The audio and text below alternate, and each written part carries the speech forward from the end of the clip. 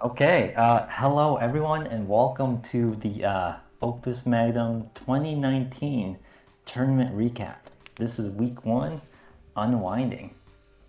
Now, that sounds very official and formal, but this is 7 years in the making. It's been 7 years. 2019, 20, yeah, 7 years. So we're finally doing it. I have Zorflax here, Howdy, howdy.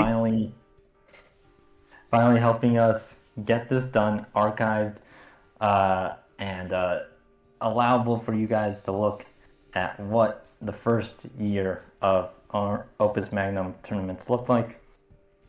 Um, I'm sure I have a lot to say, but that'll come out over the weeks of us covering this.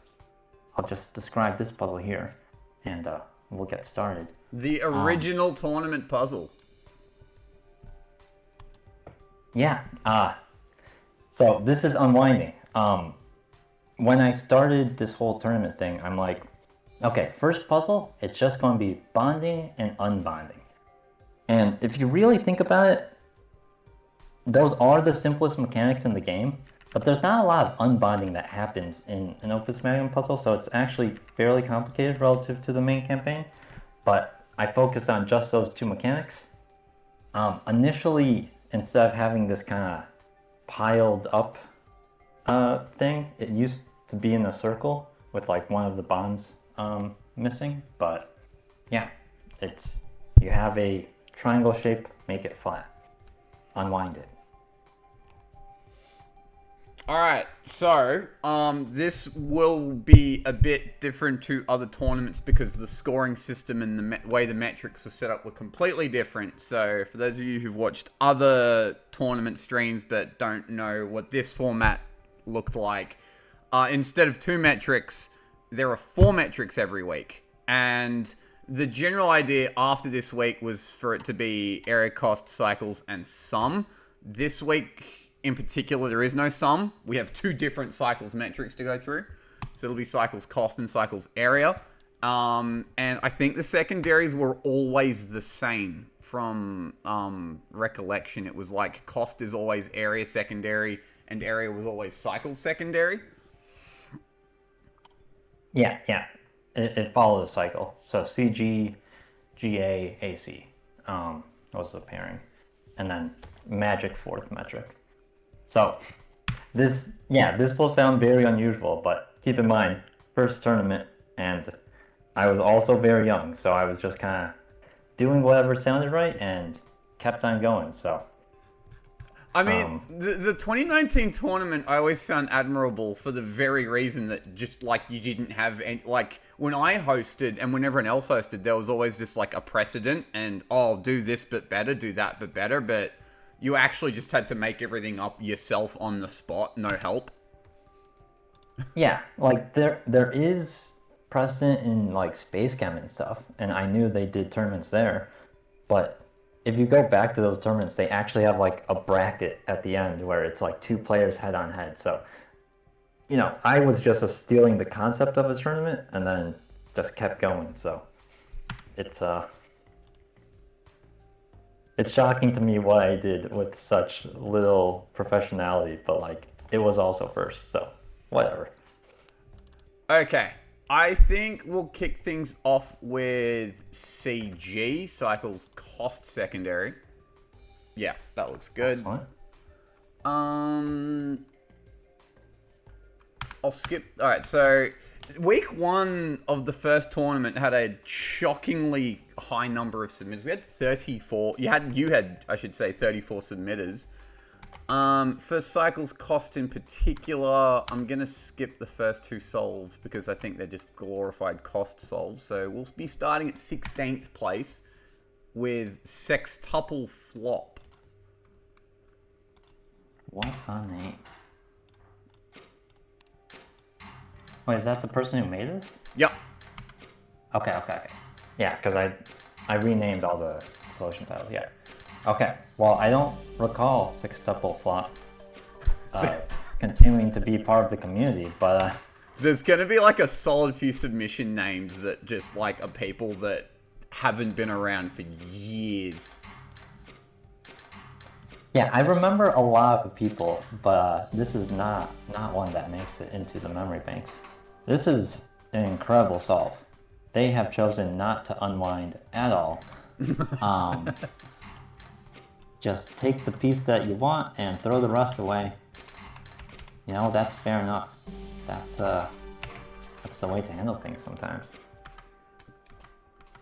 So yeah, I guess the thing with the input against the output is that you can, in theory, get the whole thing like there are 6 atoms in the input, 6 atoms in the output, but one of them is like a longer stick and the other is more like a tringle. This person just decided to not deal with the tringle and deal with the bit that actually makes up half a stick, because you can just put 2 halves together and output that. Yeah, very easy bonding. Throws away a lot of material. And does but you know, they saved a little bit of area with that star over there, so. Yeah,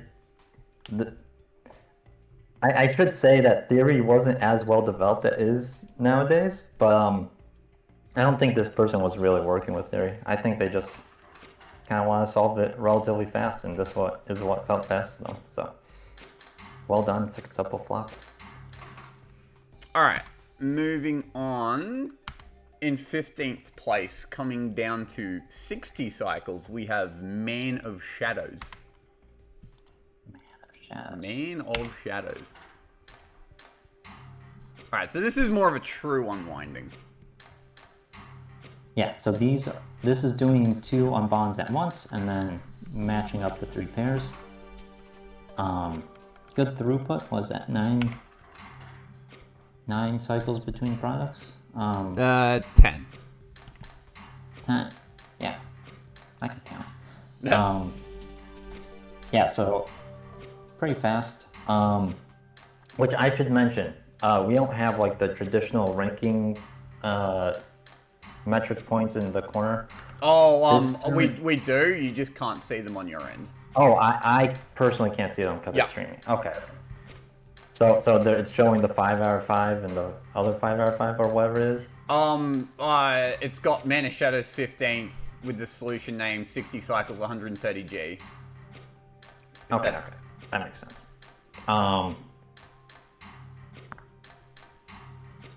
Okay, yeah. It'd be great if I could see that, but it's fine. Maybe I can figure it out for future weeks.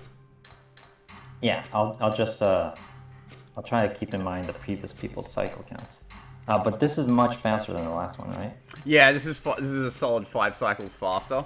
Already interesting, actually, that you bring that up. The trade-off being that I don't think this one has... I think this one had a worse rate, but because it just, like, actually unwinds the stick and isn't throwing half of it out, it's outputting, like... And I think it also had, like, a lower latency, so it actually does just straight up make the difference up in the cycle count. Yeah. That's a perfectly good showcase of what it means to fully use material. There are puzzles in this tournament where you don't get to fully use material, but that's for much later. Actually, this particular puzzle, that trade-off between using the whole thing and even just the idea of better latency versus better rate actually will pop up again towards the pointy end, interestingly. All right. Yeah. Next solve, coming in at 14th place, we drop a whole 10 cycles to B-Brick, coming in at 50 cycles. B-Brick is a name I vaguely recognize, unrelated to Dark Brick, unless they are. I can't say. But yeah, this is getting even cleaner. Our rate is going down. Latency seems to be about the same. But yeah, 2 D-bonds, 2 bonds. That's all you need. Yeah, pretty much not too different from the last solve. Instead of every 10, it's every 8. And it does debond and rebond with different geometry. It only does like one debond at a time. But it's kind of set up so that each arm individually has less work to do so that they can all reset quicker, which is why this one comes out with a better cycle count. Yeah, very nice. And the tournament solution notes did not exist at this point in time, so there will not be any solution notes ever. Yeah, we did not do any archaeology to figure out if people had specific comments in the Discord or anything like that. So, and the solution names, I'm pretty sure you like asked them to be standardized, so there won't be like joke submission names either. So they're all very matter of fact. I think I had a script that like forcibly renamed them based off of the metric they fell into, because I was manually building the spreadsheets. So, oh, I was I wondering. No. I was wondering if you just asked everyone to like do that, or if you you had a script for it. Nice. Yeah. All right. That's why it'll be like the metric they did best in, and then the name, as you'll see in a second here. Okay, coming in at 13th place, we drop 12 cycles to 38 with Chickens in the Attic. That's a name I remember. Chickens in the Attic, also known as Gearbox Gordon, one of my favorite players. I believe they're also from Australia. Yes, I remember that part too. But yeah, he's definitely one of like those older people. Not to offend the old people that play Opus Magnum. You are my favorite people. But yeah, definitely one of my favorite players. And if you track them over time, they get much better, and that's my favorite thing to see. So, anyways, looking at this off, we have 2 track loops. Track loops are great for keeping the machine running. Because there's so much debinding and bonding here, you run into trouble. But again, we're throwing away a bunch of the product, so. Do you see the rate is actually picked right up though? This is straight up grabbing 1 every 4. But you can kind of, because it's throwing half of the input away, you can essentially think of it as 1 in every 8, because that is in fact how often it is outputting. So it is actually the same, interestingly, I think the last solve was outputting 1 every 8, but this one has a much better latency, because that second product, it's literally just debond, bond, output. Yeah, so it's very clean in that sense. If it wasn't for the tossing stuff away, you'd be cooking. All right, moving on.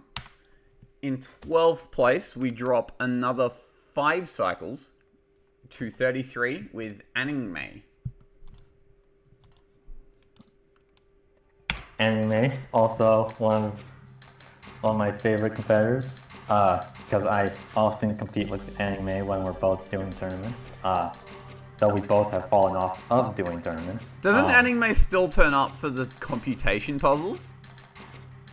He does. I haven't faced off with him in a while though, because I have not been doing computation lately, but that's alright. Yeah, Anime straight up skipped my tournament specifically because I didn't have a computation puzzle. I think I remember him turning up and be like, oh, that's disappointing, and then just going back to Space Cam. Yeah, that seems about right. Sometimes people only play for like the really exciting, get your brain thinking type stuff. Which, not to say, the 2025 tournament was missing any of that, but at a certain point it becomes the mechanics of the game than thinking at a certain meta sense. But anyways, look at this. We have multi-arms on a track loop. So we're definitely increasing in sophistication of what we're employing with these solutions. So the last solve, I'm pretty sure, outputted once every 8. This solve is outputting once every 5 cycles. higher latency than the last solve, which is why there is only a difference of 5 cycles. But a more sophisticated debonding and rebonding process here. This is like visually more complex than the other solves so far. Yeah, it's a little hard to even follow what's going on, but you attach the 3-stick to the 2-stick, and then it all comes to the 1-stick and goes out, which is quite good.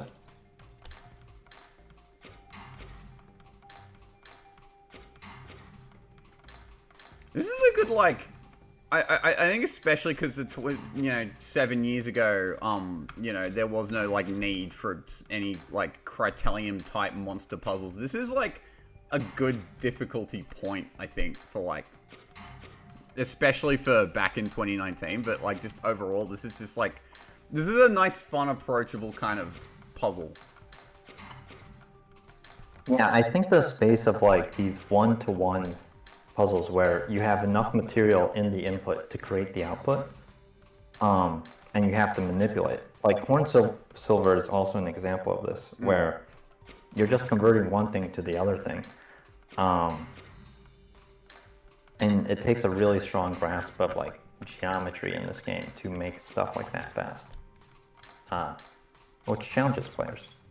Did I know that when I was designing this? Not really, but I knew this was the way to make bonding and debonding more complicated. So, but no, yeah, geometry really does become the biggest challenge as the cycle count continues to drop. Pipelining and getting stuff to where they need to be in time does become more and more of a logistical problem. And the top solve, there are a few top solves here that are actually like really, really cool, even by today's standards. Anyway, moving on. Yeah, in 11th place, dropping down another 4 cycles, is definitely a familiar name, Mr. Puzzle. Mr. Puzzle. I believe one of 2 people who can say they have submitted to every tournament week up to this point. I think even every event up to this point. Yeah. Mr. Puzzle is a legend in many ways. The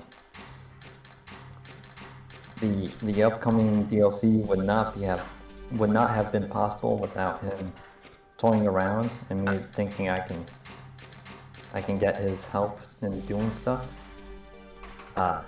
He's been a weeklies partner, and really I've been his weeklies partner for a long time.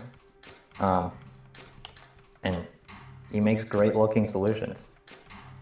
Hell, he even hosted his own event the other week, just for fun. Yeah.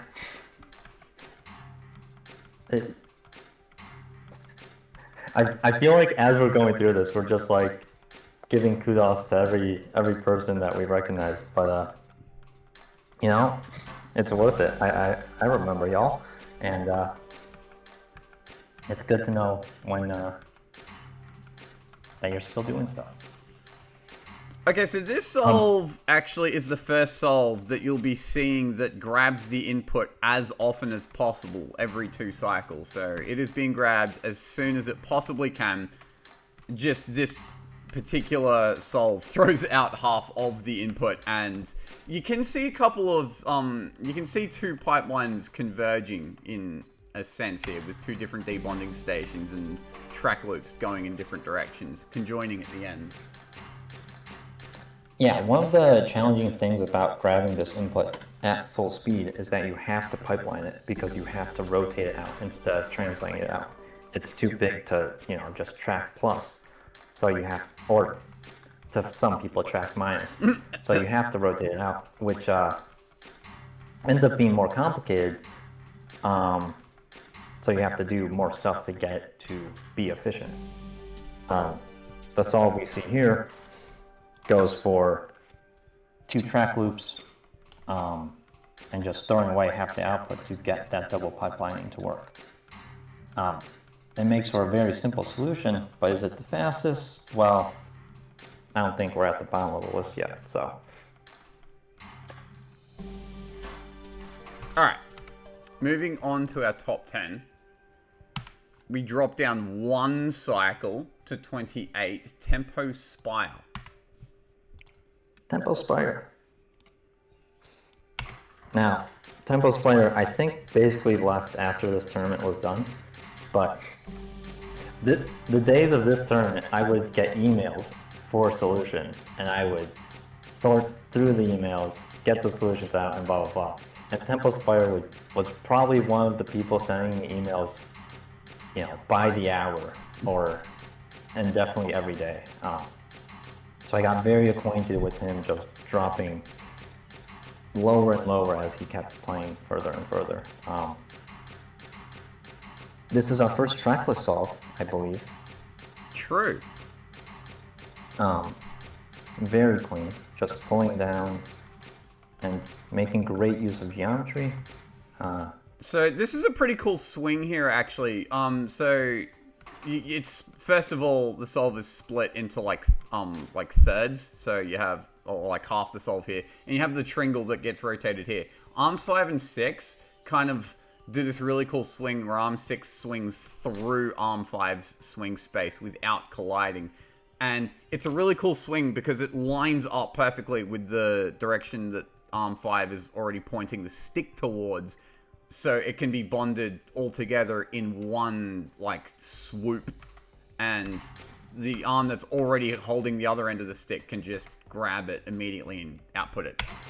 So this is a really cool low latency way of making the whole thing. Because it's grabbing the input half as often as the last solve, but makes up all that difference with, like, a clean, like, by using everything and lowering latency. Yeah, and like one of the reasons why this is possible is because Tempo Spire actually does an additional debond and bond in the process. So a lot more geometry opens up to him compared to, keeping that 3 stick around and not being able to rotate it as much. So yeah, very clean solve.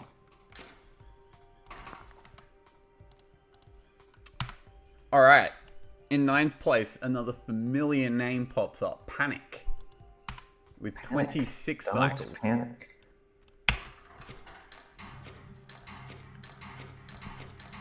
Oh. Now, this is a super clean solve. Only 4 arms. Yeah, if Tempo Spire's solve was extremely clean, this is Enter Nirvana or something. My entire comment about the extra debond has become void as the same thing is happening right here.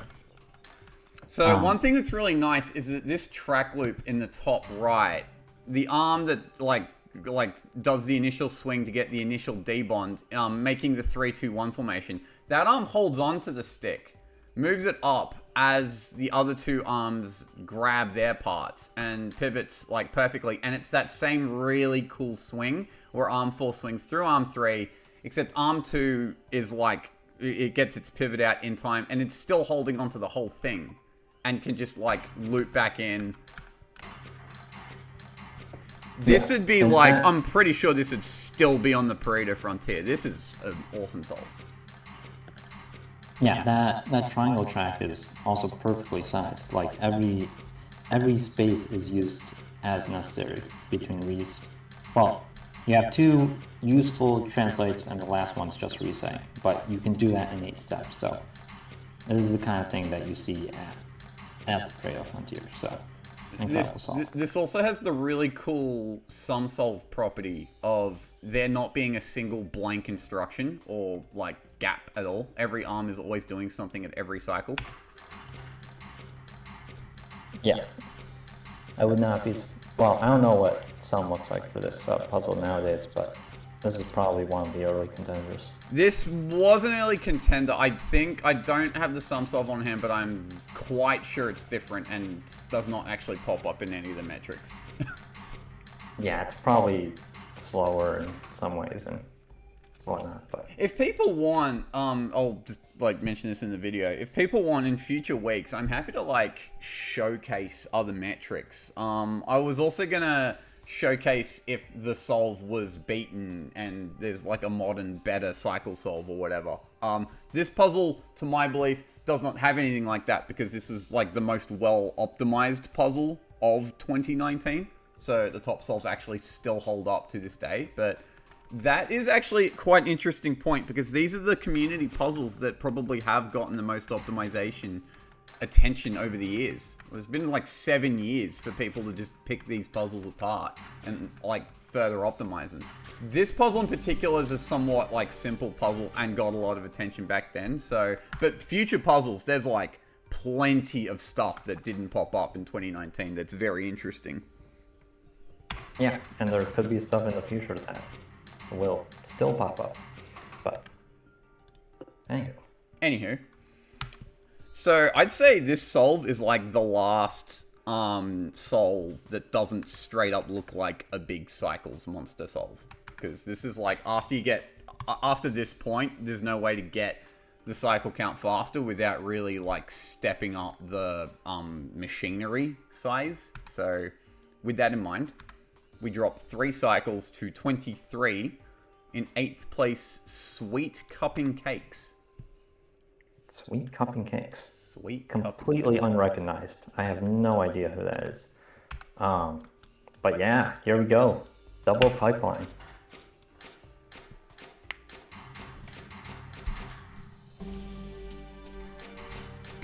Nice.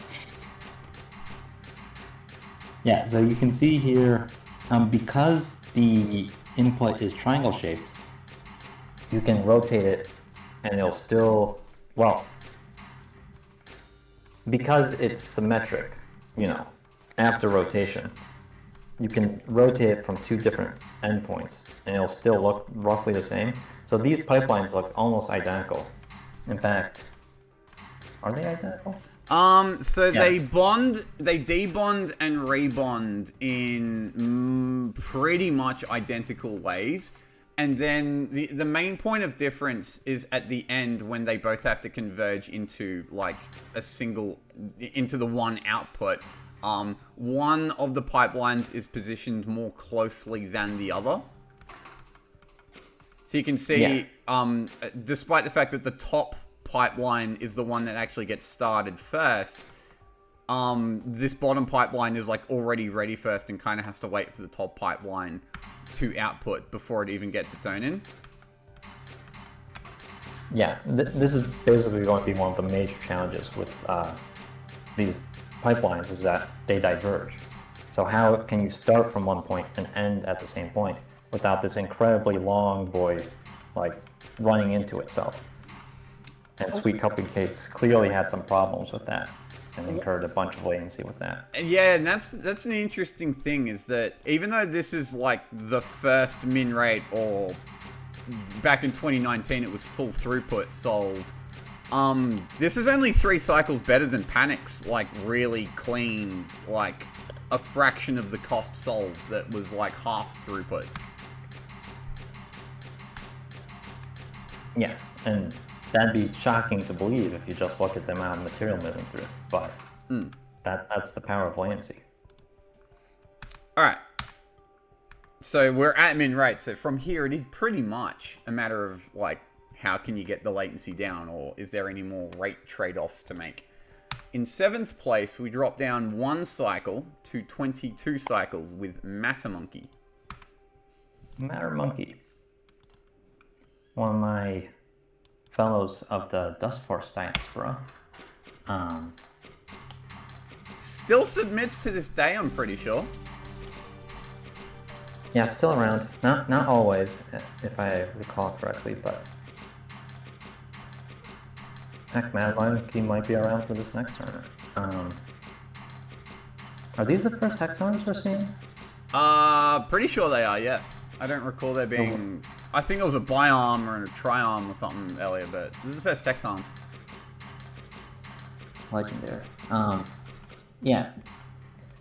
I mean, I'm sure the modern audience does not need to know, but hexons are very great because, you know, when you're rotating, you don't have to reset that rotation, and that lets you move faster.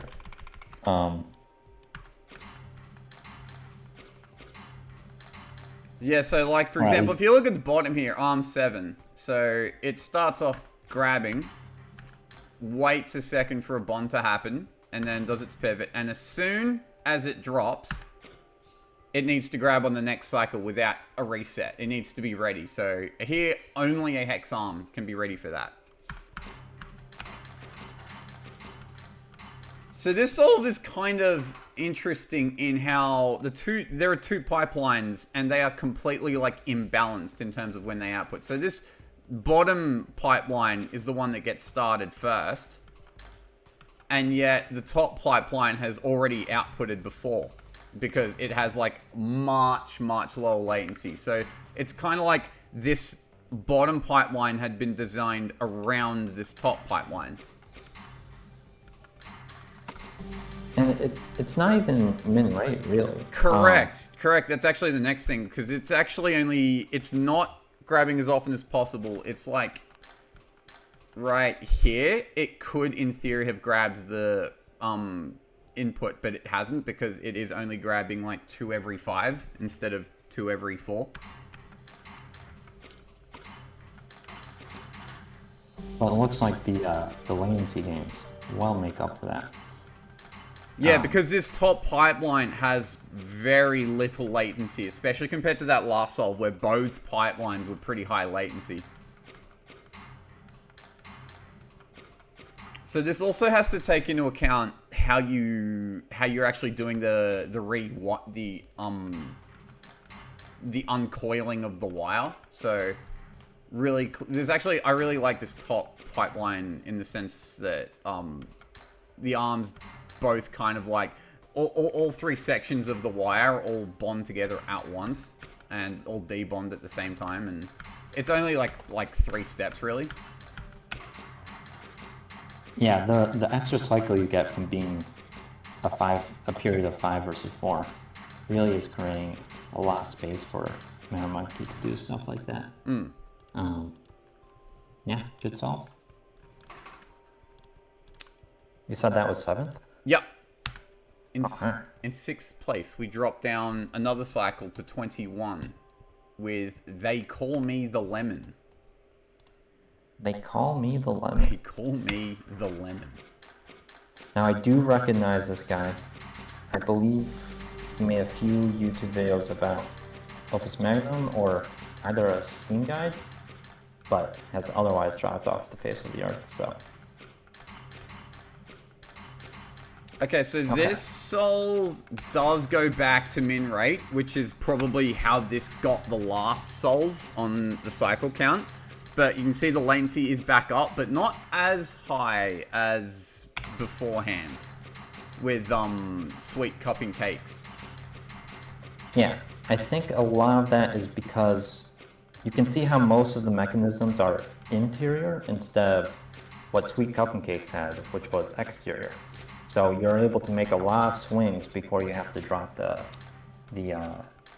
product. And there's also those interior track loops in particular. They put in a lot of work because they get to just like do a couple of translations in a row without regrabbing. Regrabbing's also one of the biggest like things that will get your cycles count up. If you're having the ungrab and regrab, or drop and grab, I should say, you're not moving and bonding and like doing alchemy. So that is always like a key cycles problem. Yeah, save your regrabs. If you focus on that, you can become a much better player. That also pops up a lot in area, and we will see that in area. Alright. In 5th place, we actually stay on 21 cycles, but we drop down the cost count from 525 to 435 with Tweedledee. Tweedledee. Another familiar name. Around. Yeah. Great participant. So this solve is interesting in that there is a left and right pipeline. The right pipeline outputs twice before the other pipeline outputs even a single time. Yeah. So it's That's ultimately a lot of latency. yeah. So this write pipeline, which is like definitely designed to be the low latency pipeline, actually outputs 4 of the products.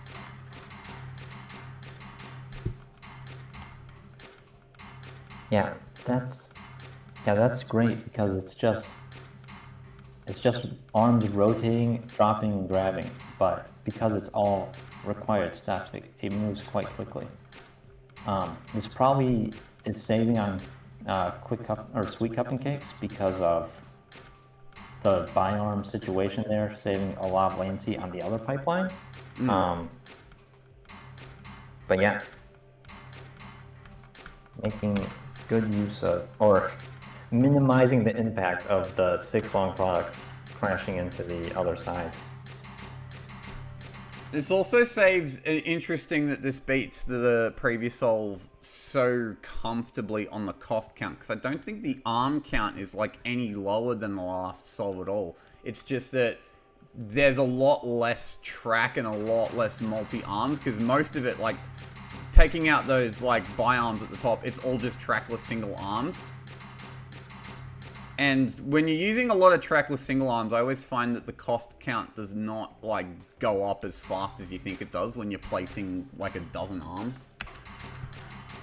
Yeah, it's shocking how expensive track loops can get if you're not really paying attention to them. So single arms, trackless, it's the way to go sometimes. Alright. Next up in 4th place, we do drop down another cycle to 20 with Lars Dahl. Lars Dahl. This is a name only present. Yeah, this is a name you find on the Reddit. He doesn't actually use the Discord at all. Yeah, I can't imagine what kind of person Lars Dahl is, but I'm glad somehow we convinced him to participate in this tournament.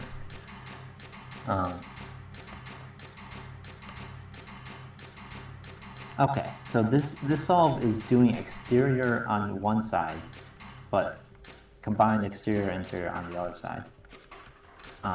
So that's how it saves and pivots. That's how it prevents collision between the two pipelines. Very clean. Reminds me of some Serenity Flare solves. So interestingly, with this solve, the quicker pipeline is the left pipeline, and the left pipeline is actually the one that starts. So with it also being the quicker pipeline, it does, like Tweedledee solve, get the second one in before the other pipeline is ready.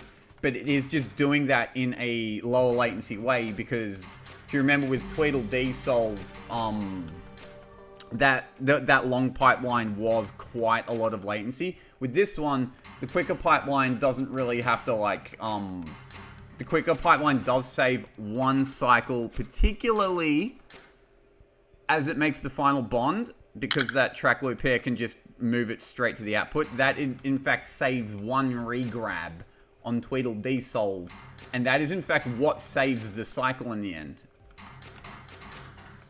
Yeah. And the other pipeline is also slightly quicker to compensate. Yeah. It's just... This is one of those instances where you have to plan backwards a bit, because if you don't pay attention to where your pipeline, how your pipelines converge, you end up losing latency on stuff like that. Also, there's this nice key swing again. It's arms 4 and 5. Far left, you see this arm 5 swinging through arm 4's swing. And that's popped up a few times, I noticed. It's a good swing. It is a very good swing.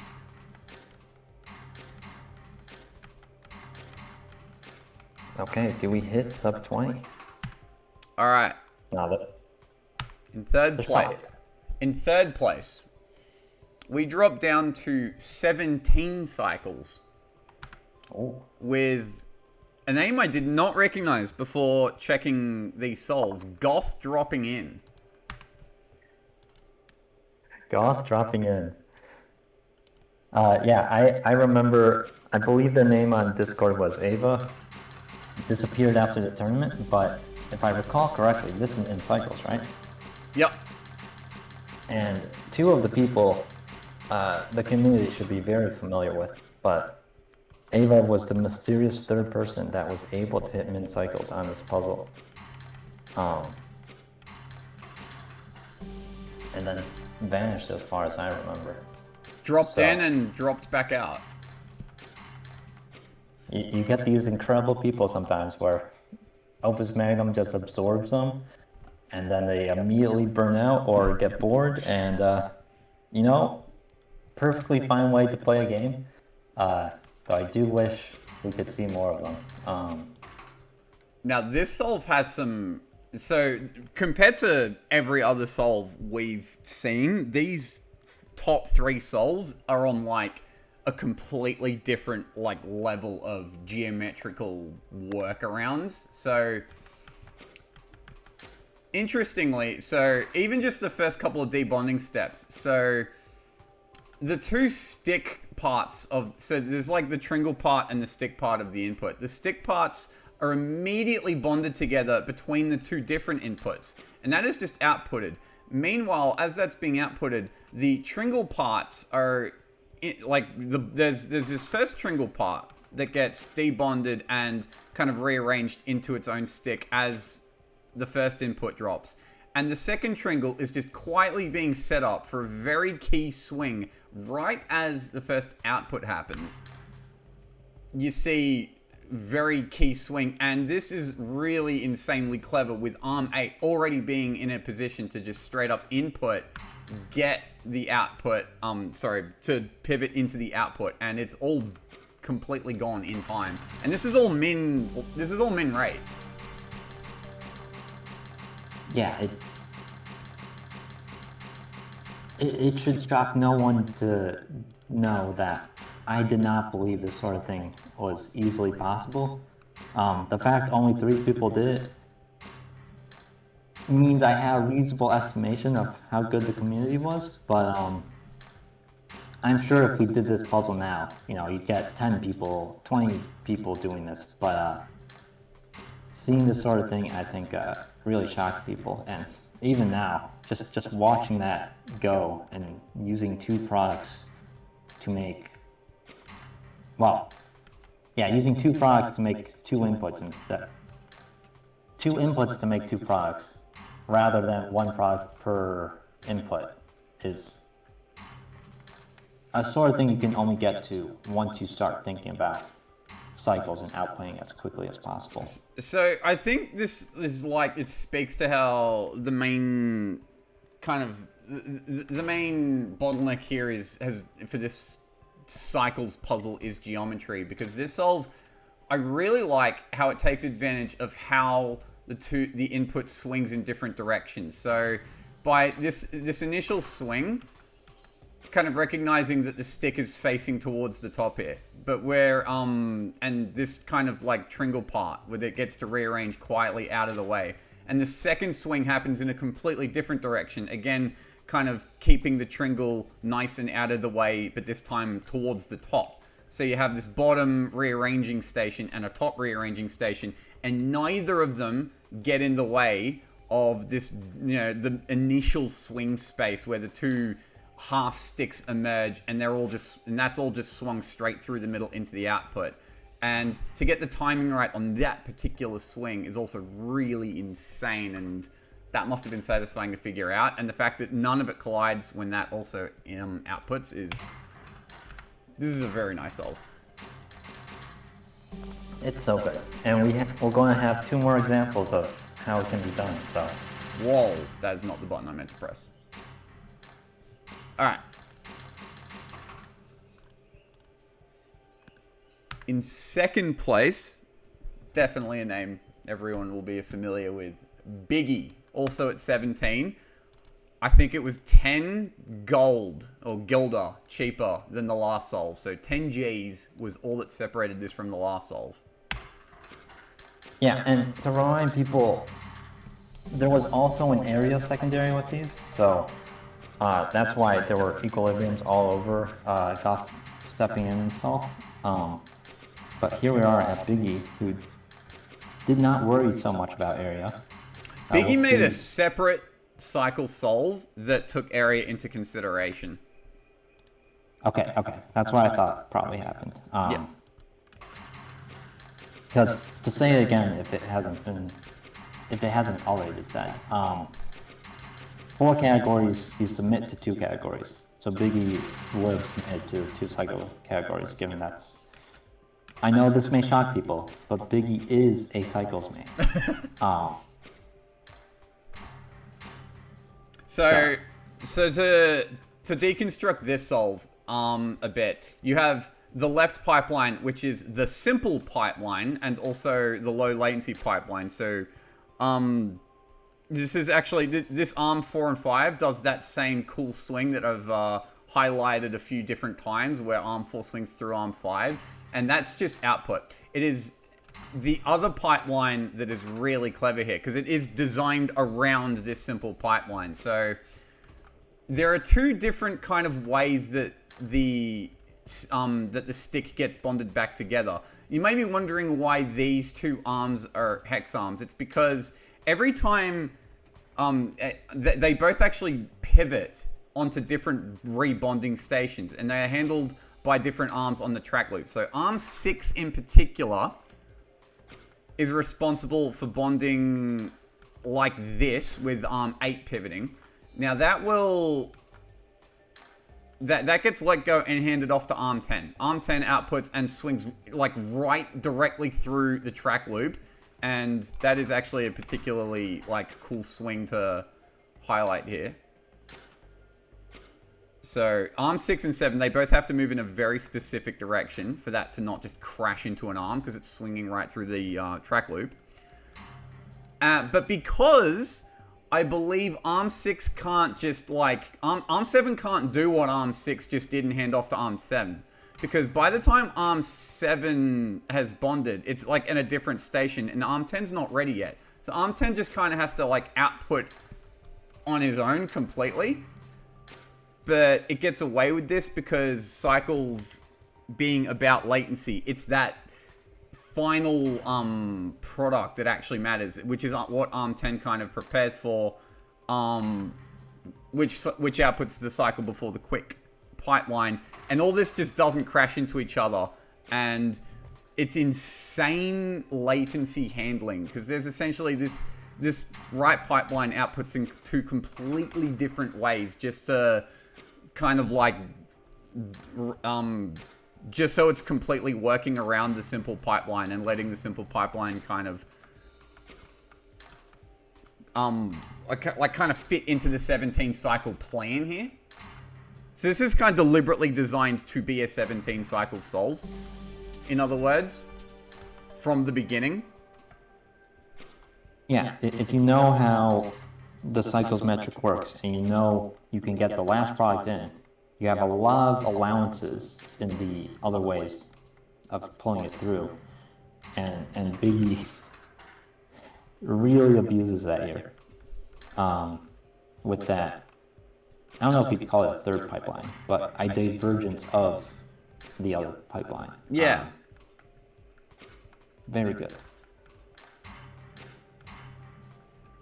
And it's also interesting that arm 7 and 6 have to do that same movement, but just in a completely different way to the first time the swing happens. The second time, it's because arm 7 is just outputted, and arm 6 is like, oh, okay, let me get into position, and like moves like a plus and then a minus kind of way, and then sorry, minus then a plus then a minus again, just so it can... So it does this like cute little shimmy, purely so that it's not in the way and that it can reset. So Yeah, really clever solve.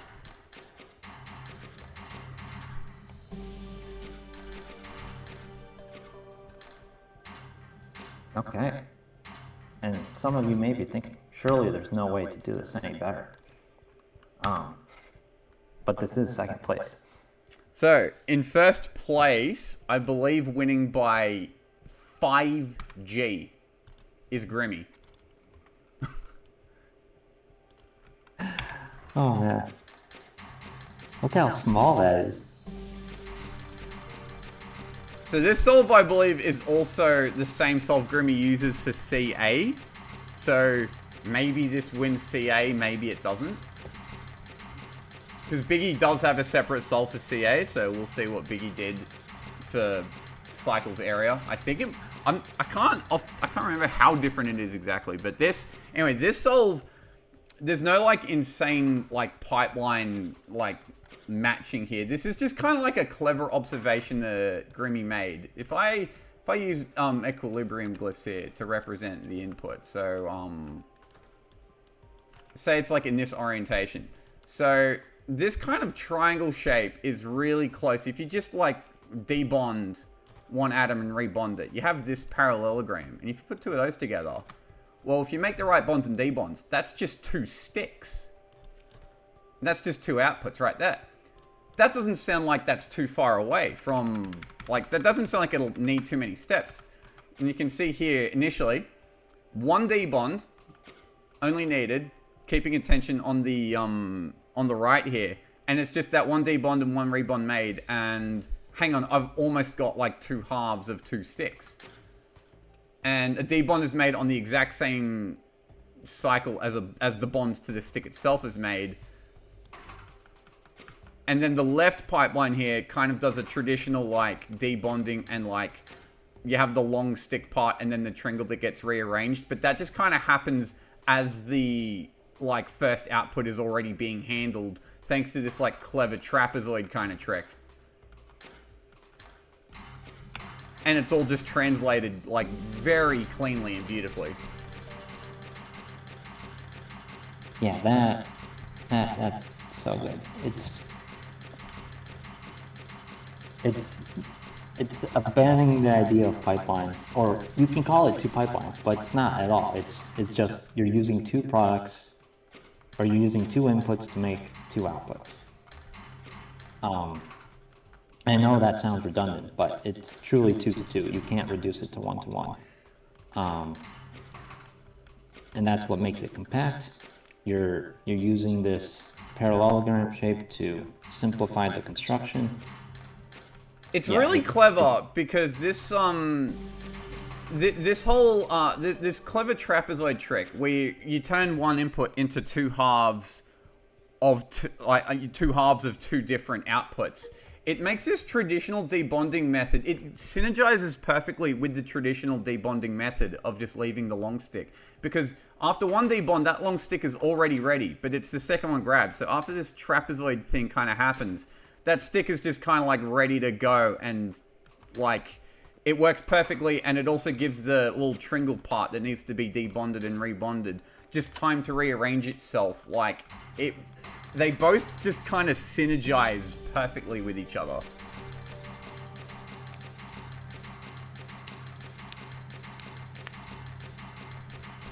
Yeah. It's a shame that Grimmy can't keep up with tournaments, because just seeing this is, you know, it feels like it should be first place. Grimmy does pick and choose their moments. I was actually really, I felt really happy that when I had one puzzle in my tournament in 2024, and it was like a Cycles puzzle that just kind of like was perfect for Grimmy's brain, and I got a submission, and Grimmy, I think, came second and did an amazing job. So is still right up there in Cycles mains terms, and is like a legend for a reason. So the puzzle kind of like needs to like activate Grimmy's brain. It's usually like a sufficiently simple Cycles puzzle, which is like, this is a perfect example of that. I'm glad past me was able to clear that bar. Still to this day, a difficult bar to clear. Alright.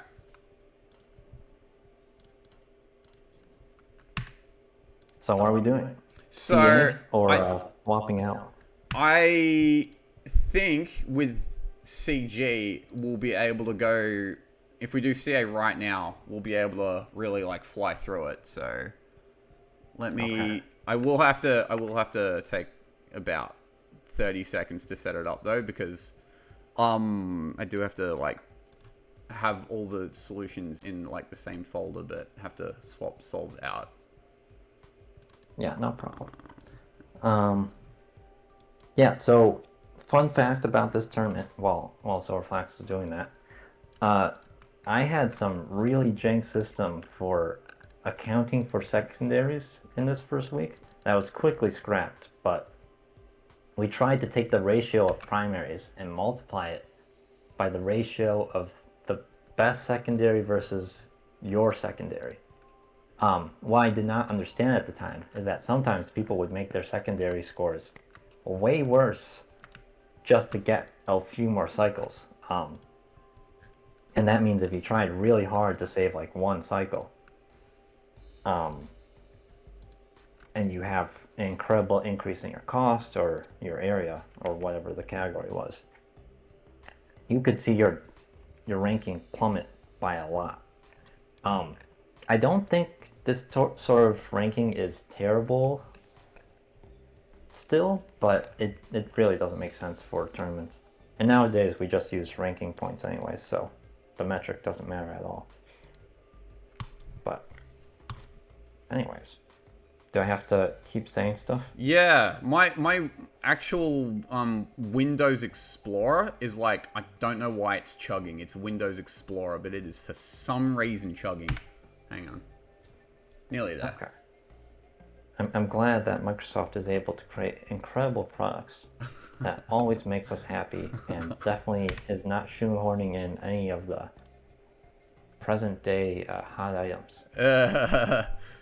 I'm not even running Windows 11. This is I've been trying to keep on Windows 10. All right. So I'm looking. All right. So CA cycles area secondary is going to be quite quick here because looking at the submissions, there are only 4 dedicated CA solves. So yeah, viewers would have noticed that most of the solution tiles were CGCA, which means no difference between the two. So let's see what comes up. So yeah, really we'll only have 4 new solves to look at. So everything else we will have seen before. So this is Man of Shadows. Alright. Next we have Chickens in the Attic, 38 cycles.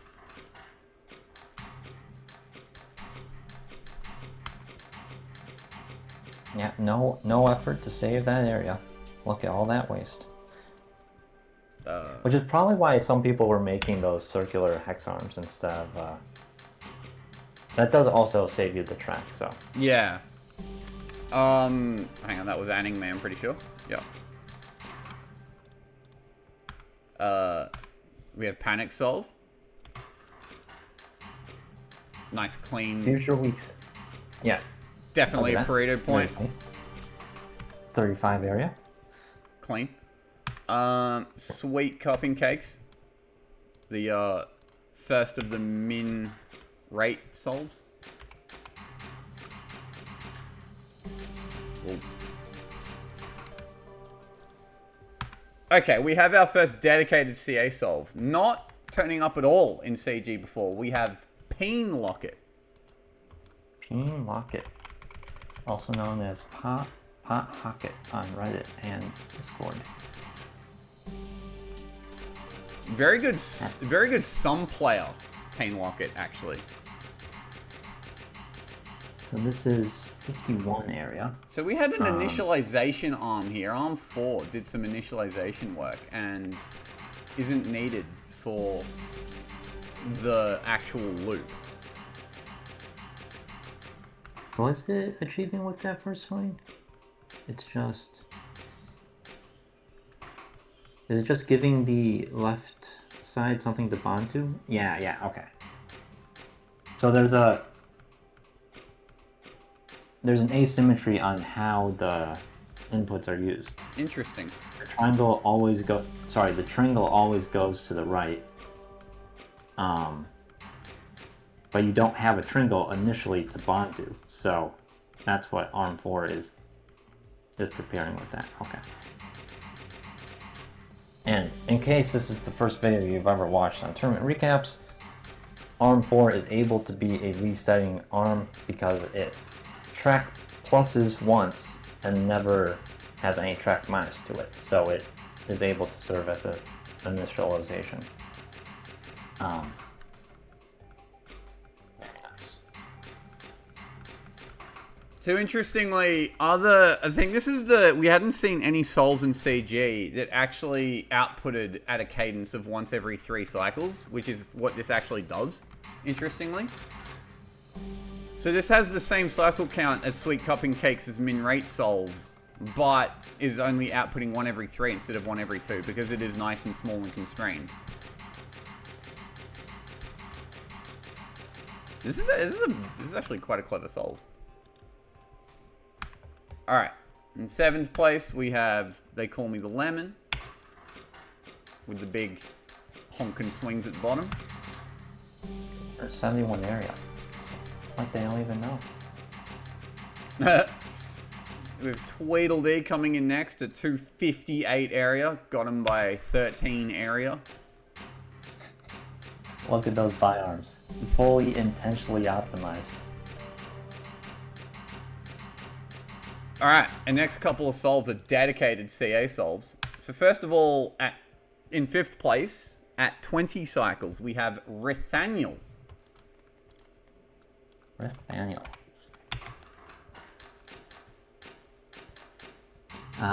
Not so active nowadays, but Rithaniel has a lot. We have pre-building. Oh. Are we going to say Rithaniel's a prolific workshop puzzle designer and has some incredible workshop puzzles. I always thought his was some of the best ones. Yeah, he had lore and everything to them. I know I share that opinion with Yosh. I'm every bit as much of a Rithaniel fan as Yosh is.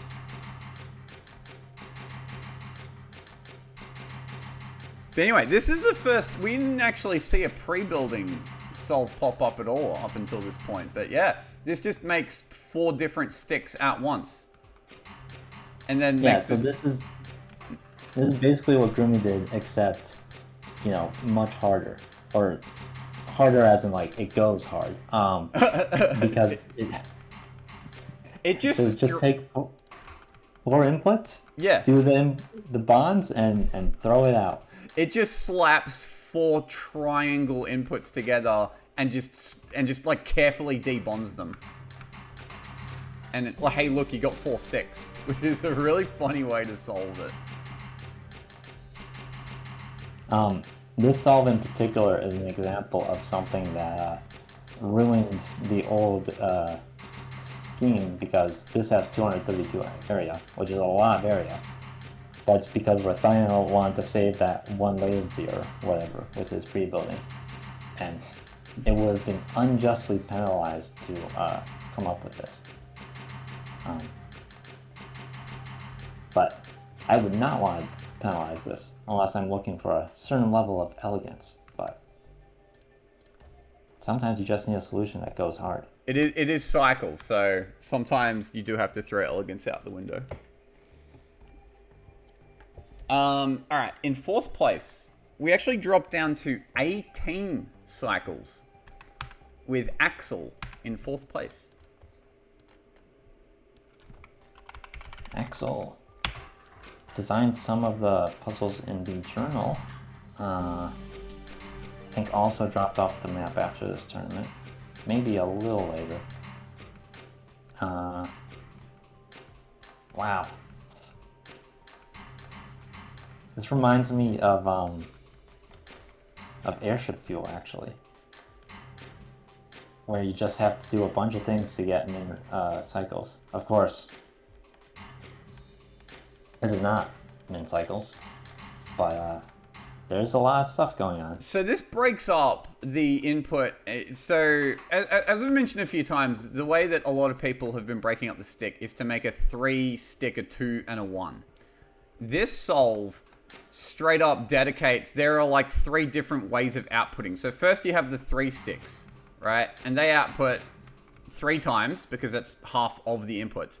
Then you have the two sticks are all bonded to each other, completely separate from everything else. And that happens at the top and at the bottom, all completely independently. And after the 3 sticks have inputted 3 times, The 2 sticks input twice, and then the 1 stick inputs once at the end. And you can see at the very top and the very bottom. You can see at the very top and the very bottom that single atom that you can refer to as the 1 stick is just yeah, the top, there's only 1 top half and 1 bottom half, and that's just very discreetly being put together. Very interesting way to break down the inputs. Wow. I just keep watching ARM 11 pick up its personal little, like, it doesn't actually do that much, but it picks up all those sticks, and then ARM 12 outputs it, and it's just, how are you able to create a straight line in this cacophony? And Axel does it no problem.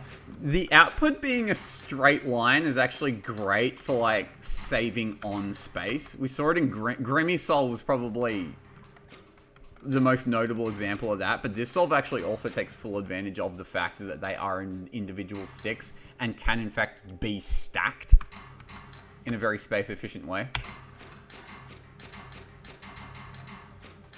Yeah, once you unwind it, it's easy to handle. I really like how the initial outputs are, in fact, outputted. There is a key track loop. It's like the diamond track loop towards the top here that is responsible for getting the 3 sticks outputted very quickly. It is a bit of a shame this does lose 1 cycle from the top solves. I believe the outputting itself is to blame here. You can see at this point the final output is ready to be bonded together, but can't because it does have to still wait for outputs to actually be dropped because they are still in the way. So I think that's where it loses its single cycle over the top solves. Other than that, yeah, you have in 3rd place Goth dropping in with the hexes already marked. So we're at, what is that, 100? 18. Yes. Yeah. 118. Okay. In 2nd place, this time, Grimmy. Oh. What did Biggie do? So Grimmy only came in at Grimmy only came in at 65 area, which is not a big area count. Yeah. So Axel had what, 51? So, like, there's probably room to save if you can. Axel had 81. Looking at their solve. So Grimmy's actually still at Axel in 2nd. Grimmy's idea is naturally area efficient, or just naturally efficient in general.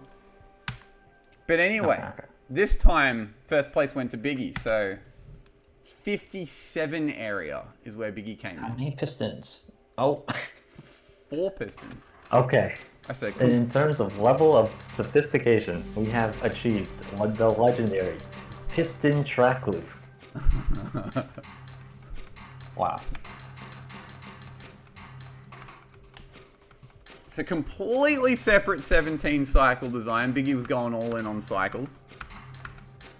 We don't see the trapezoid idea. In fact, this is just more of a traditional 3-2-1 separation of the sticks, but the bonding together is interesting because here a singular atom is bonded together with a 3 stick, and those 2 are bonded with a 2 stick. So being bonded together in a completely different way.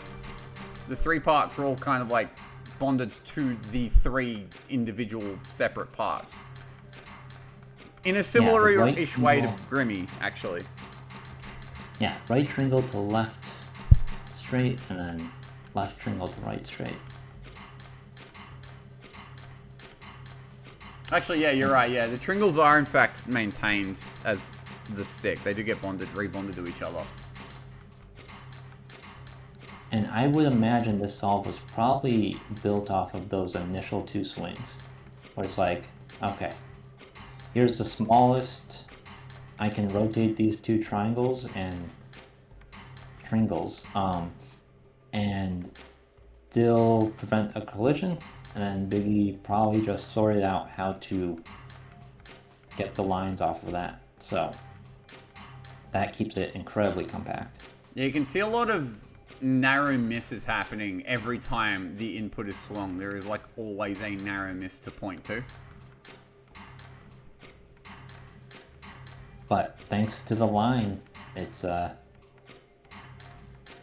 like I find with CA on other products, when they are more rounded instead of this line, you tend to run into a lot of trouble just getting your stuff out of the way.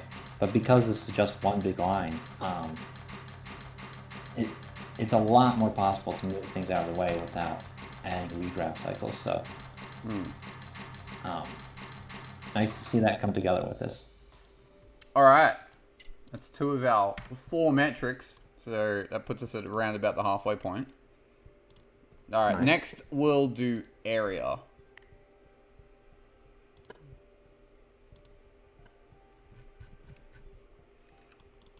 Okay, so here's another canned thing to talk about. You may notice that if there are 4 metrics each week, and I am trying to design a puzzle each week, what am I focusing on? I'll get on my little soapbox for a little bit and say, I don't always like the metrics focused design of puzzles that we have in modern tournaments. I understand why that is the case, but when I look at making puzzles, I try to look at what I want to happen in the puzzle and then kind of hope that the metrics become interesting as a result. And this tournament design kind of necessitated that because, well, I had no options in terms of, like, I couldn't focus on metrics. All 3 of them were present.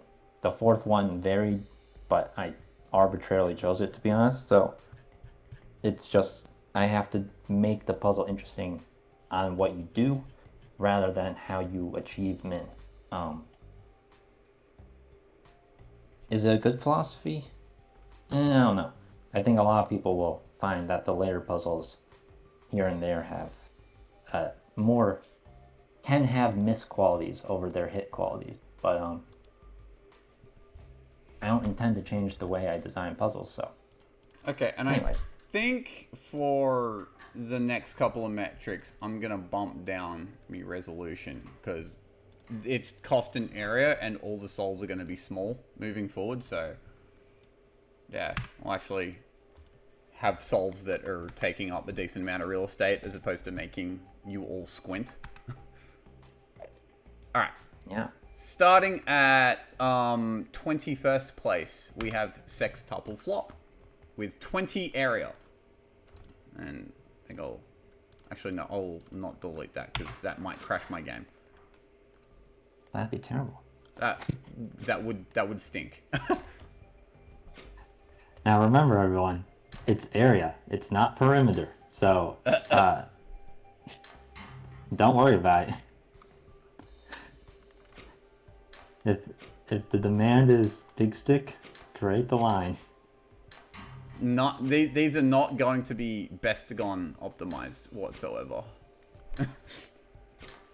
Oh, there might be a couple actually that are like that, but you'll see this idea for most of area actually. This is a very reoccurring idea of having this one single debonding and rebonding station and just like pushing the stick forward with a piston. So I think most of the variants will be specifically in how the debonding occurs.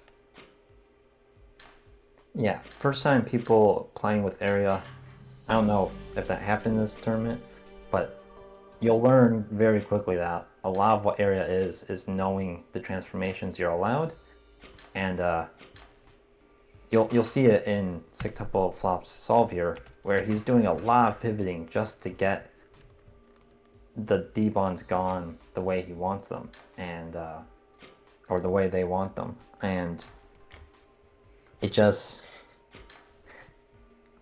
we can expect that this will probably come out better in future solves, but With area puzzles, like this one with clear-cut mins, it will usually turn into a secondary race. The secondary being cycles. It's usually a matter of trying to minimize the amount of reshuffling you have to do, and also minimizing the amount of regrabs. They both kind of go hand in hand, but trying to minimize regrabs is usually also a key feature that you do at some point have to consider separately from just trying to make more efficient maneuvers or whatever. So moving on, we actually had a tie for 19th place. The first one of which is B-Brick, coming in at exactly 259 cycles. Oh, min height.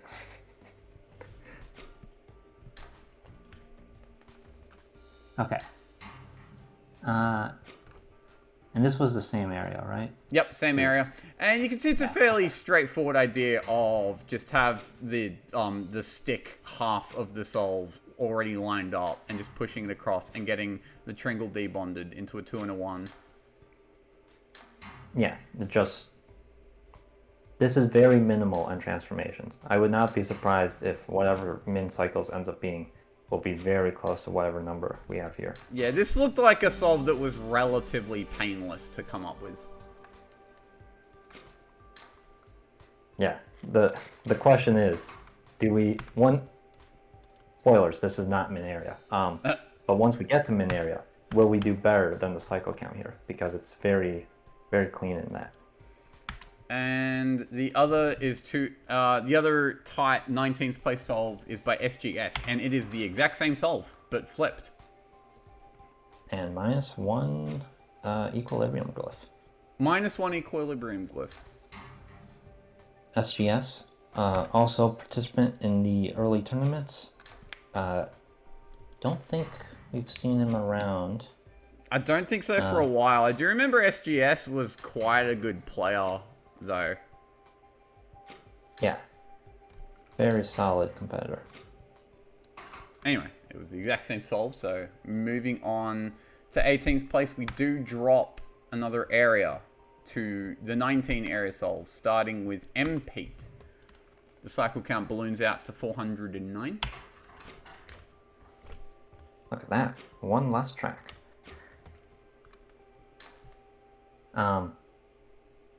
As long as I'm keeping up my historical notes. MP also early player. Stopped playing, resurged or reoccurred or came back. Let's use a simple word. And then left again. So that's how it goes in gaming communities. Yeah, I do remember seeing MP myself.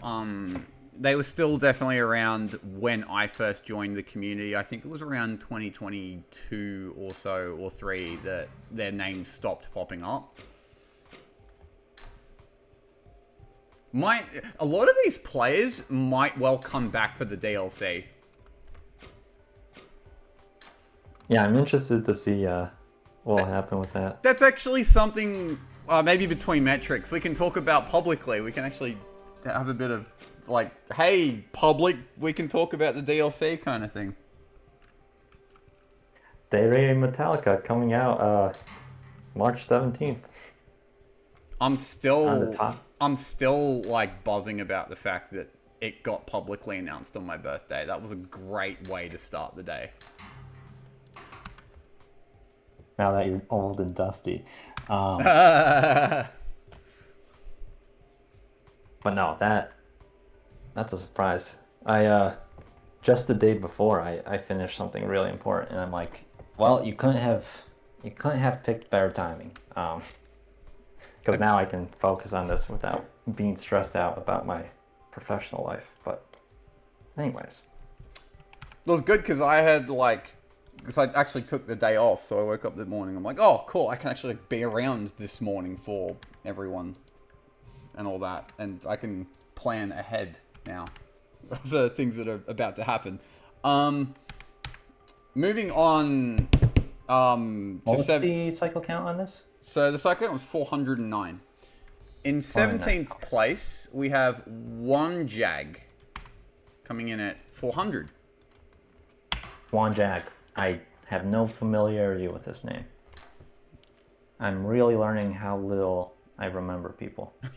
But in any case, so we have a case of input suppression here. Wanjag wants to make sure that that whole triangle of space that is there does not become an input suddenly. So Yeah, you input want to keep. suppression is kind of important here because as soon as soon as that input reappears, there's just no moving it out of the way until you've completely output.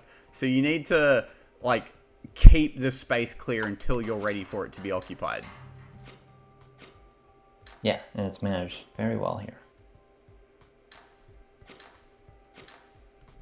Not too much reshuffling here. It's somewhat. It's just that every atom has to be every atom has to be added individually, so all 6 end up having to be pushed. And I think that kind of increases the amount of times you have to re-grab every time, and that's probably why this didn't do better cycles-wise. Yeah, there's also an angle between the bonder and debonder, so there's more rotation than usual. Some of that rotation is going to happen anyways, but that's probably another weak point of this. But still, 400 cycles. Alright, moving on to Tempo Spire in 16th place. We drop down to 386 cycles. The legend. Okay, so we have the 2 angles again. So this is actually a very similar solve to the last one. It's just the second half of the debonding sequence, I believe, which is mainly different. Or in fact, the whole debonding sequence is different, but there is less re-grabbing that happens because of a few choice pivots that it only saves like 2 re-grabs, I think, overall here, but slightly cleaner debonding sequence. Yeah. And the way input suppression is how it is, it's less serious. You don't have the entire molecule in the way. Yeah. Yeah, it's less of a problem here. Cool. Hang on. Sorry about that. Alright, in 15th place, we have the fastest 19 area solve. At 15th place, Kyojin Desu. Coming in at 268 cycles, which is over 100 cycles quicker. And why does that happen? There's 2 pistons. Yeah, so one of the reasons why I picked AC instead of AG for the secondary on area is because I wanted people to come up with 2 piston solutions. Or generally speaking, when you do area, you don't tend to just have 1 arm. I'm going to be frank and say I don't remember how solutions come out, but I expect that if there is 2 required spare area, I hope it's a 2-arm solution instead of 1 arm on a track. But it's pretty much anyways. a rule when you see a cycle secondary on area. If you can get that area count, whatever the min area count you can possibly manage, if you can do it with multiple pistons, you use multiple pistons. They will always at every point be quicker because you get to, at some points in the solve, do 2 things at once.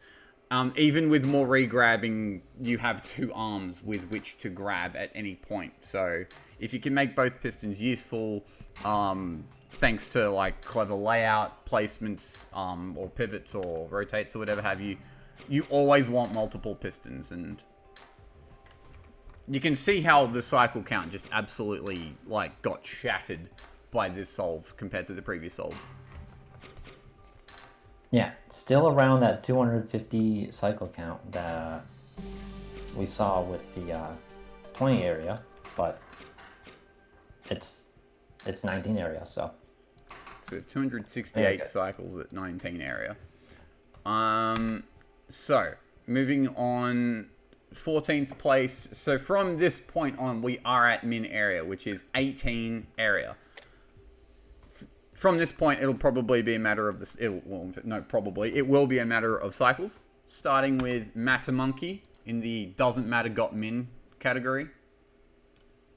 Got min. Yeah, so a lot of people were using an extra equilibrium for extra equilibrium purposes, but you do not need that if you're more careful with how you manipulate the product. And that is what Matter Monkey is demonstrating here. So this solve kind of it's kind of a bit funny. If I had to guess, I'd say if we get to this point where Matter Monkey probably like tried to bond this individual iron to like the stick, so you have two halves, and it would have been a matter of debonding the second half of the stick.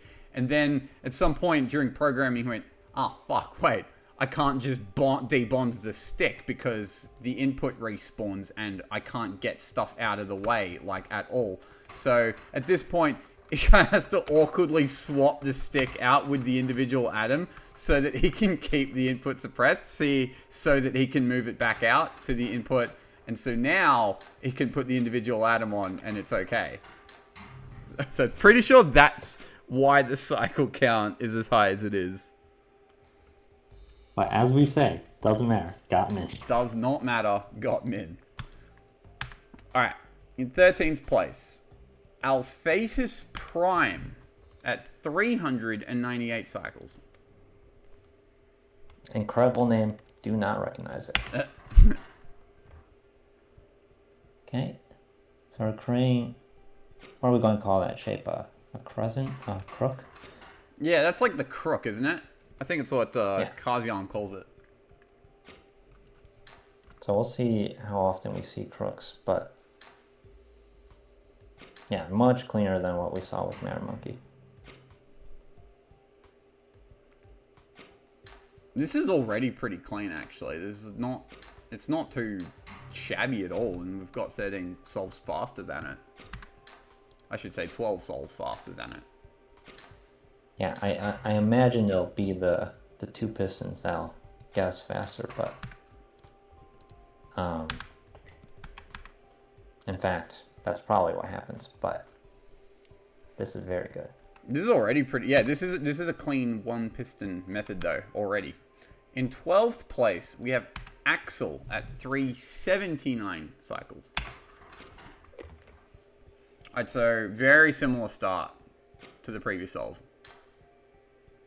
See the crook being debonded. One thing that I did notice with this puzzle, there were kind of... there were two different... chirality became a bit of a feature of this particular area puzzle, because if you let me just like fuck around with this solve for a bit. If say I did it the other way around, had like opposite chirality like this, or however it actually like works properly.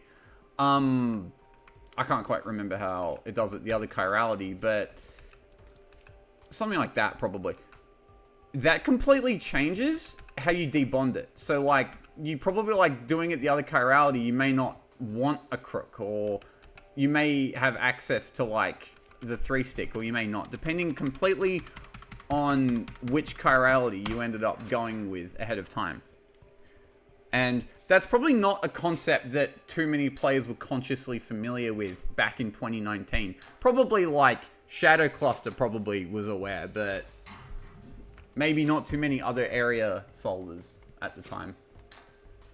Yeah, and you know, it's not actually chiral because you can just put it on the other side, but if you just set up your solve, put it on one side, and start going at it, you are preventing yourself from reaching that other space. And you know, the difference between Axel and the previous solve is it could just be that. I do think there's a pivot here that that the other solve used a regrab to handle, so that's probably some latency stuff, but you know, we're not going to unpack that in incredible detail. But at least not until we get to the top, probably. Yeah.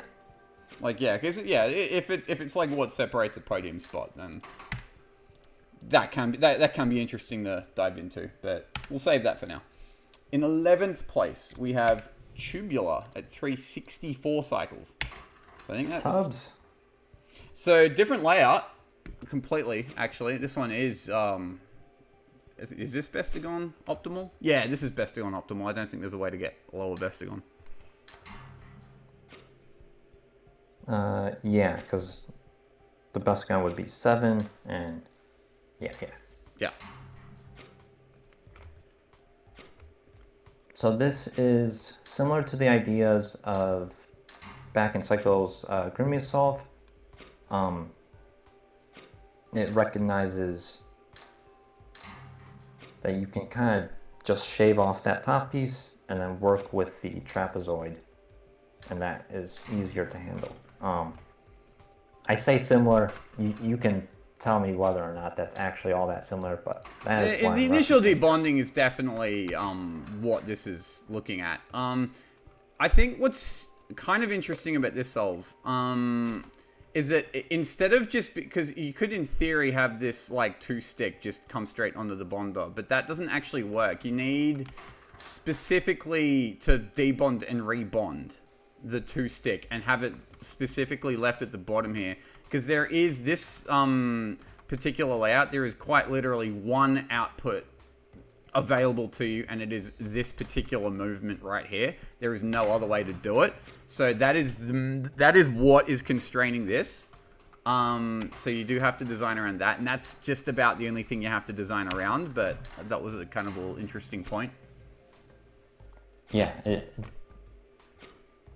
it's what makes the bottom half of this look very awkward, but this has been faster than the 2 other solves we saw in the other layout. So because it is able to preserve the initial 3-stick, which none of the other solves have been able to do. So there is less bonding to do overall. Yeah. And it comes out to... Oh, whoops. We were so close.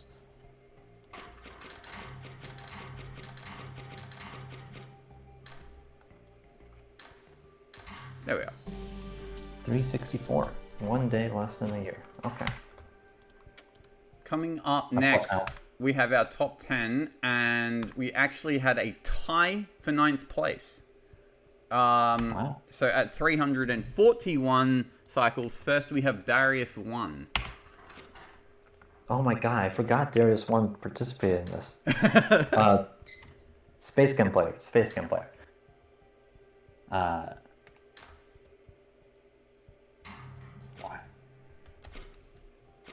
So this solve, very convenient debonding.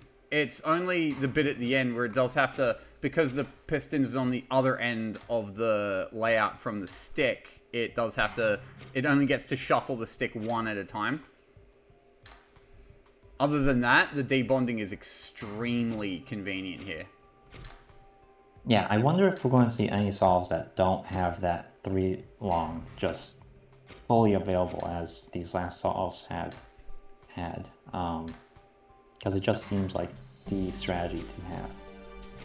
And it's now just coming down to how do you handle the triangle afterwards. It may be complicated by having a second piston, whether this kind of method still holds, is still convenient enough to be worth pursuing if you like constrain your area further by having a second piston. Alright, and also in 9th place, Pain Locket.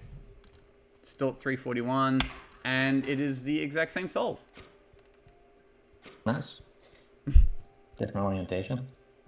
I do like how as these solves get better, they're more aligned with the horizontal. The aspect ratio clearly is important for the optimizer spirit. Alright, we'll just get it outputting one more time. Alright. In 8th place, we have Xylar. I think that's how that's pronounced. At 277 cycles. Big drop. And I'm pretty sure that's because we now have 2 pistons. Wow.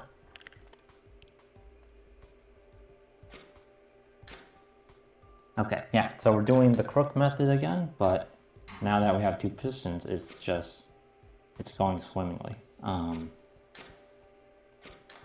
I can imagine a lot of people were kicking themselves when they realized, oh wait, 2 pistons. Because just look at how those 2 irons attach at the end there. You could not do that quickly with a single arm. no matter how you tried. But Yeah, because now you have one dedicated arm. Arm one can just like not have to rotate. It can just stay pushing the stick along its row, and arm two can just kind of feed it, and it makes the last part in particular where it's trying to output so much quicker. All right. Yeah, that's very good. 7th place, another familiar name popping up, Pentapig. Pentapig? What did you say? 5th place? 6th place? 7th place. 7th place. Oh man, that's so sad. 2019 was a different time. Legendary player, and his debut was 7th place in area. I don't know if that's like a awakening for our dear Pentapig, or if he was genuinely doing his best, and like, you can imagine that some players just kind of put out a solve and then moved on, but then like you see the results of Unwinding, it's like, oh, I gotta try much harder. There was Not that. I remember, I think it was 2022 best tournament. I remember no, I got the wrong year. No, it was it was Brookie's tournament, 2021. And I think it was like Pentapig and Jinyu both got like 18th on like one or both of the metrics and looked completely out of it. Oh wow, they're like washed. And no, they weren't washed. It was just week 1. Yeah, I could believe that. That slow start did eventually cost him though, because that was the tournament where Biggie came out of nowhere on the computation week and took first from everyone. That's a theme in many tournaments. All right, in 6th place, we have Lars Dahl coming in at 240 cycles. Hang on, I'm just gonna go back to the previous solve, which came at 260. Okay, so it was like a solid 20 cycles. So Pentapig kind of went for a crook method here. It's like a crook method, but I think the chirality is like opposite, so the crook's facing backwards. Yeah, and that cleans up how you do those final debonds. Yeah, so, and Lars Dahl, who managed to shave 20 cycles off that, different layout. Has the crook facing the other way to what Pentapig. He actually had the crook facing towards the bonder. Yeah, and 1 and 2 are doing handoffs this whole time, because 1 basically cannot bond. But because it's able to handle the debonding so well, I guess it gets ahead. Now, you'll have to wonder if we're going to see this exact same layout, but on the other chirality, and it'll just be faster. But all right, and moving on, we had a tie for 4th place as well. Another familiar name popping up, Jinyu, coming in at 234 cycles. Oh, I miss having Jinyu compete. yeah, he doesn't anymore, but it was very special that we got to see him compete. He was a top player and was very consistent and still improves records all the time on the regular to this day, but does not compete anymore. But I think the thing with Jinyu, I don't think Jinyu ever felt like he was very good at coming up with layouts and his own designs, even though he was good at it, but is an incredible micro optimizer. So stuff like the way you debond stuff and the actual programming out of arms is something Jinyu is completely unrivaled at. So no wasted movement here, I can pretty much already guarantee you. He does go for a crook method as well here. You can see this is a nice crook method though. Yeah, and since his arms are together, unlike Lars Dahl's solve, it moves faster as well. They do communicate pretty well with each other in this solve. Especially the end in particular is nice and quick, because arm 1 does this, it comes over around to help with the debonding by pivoting the crook. and that kind of helps save cycles later on because these last few atoms get bonded nice and quickly. Also in 4th place, same cycle count, Rithaniel. And I believe it's the same exact solve. Nice.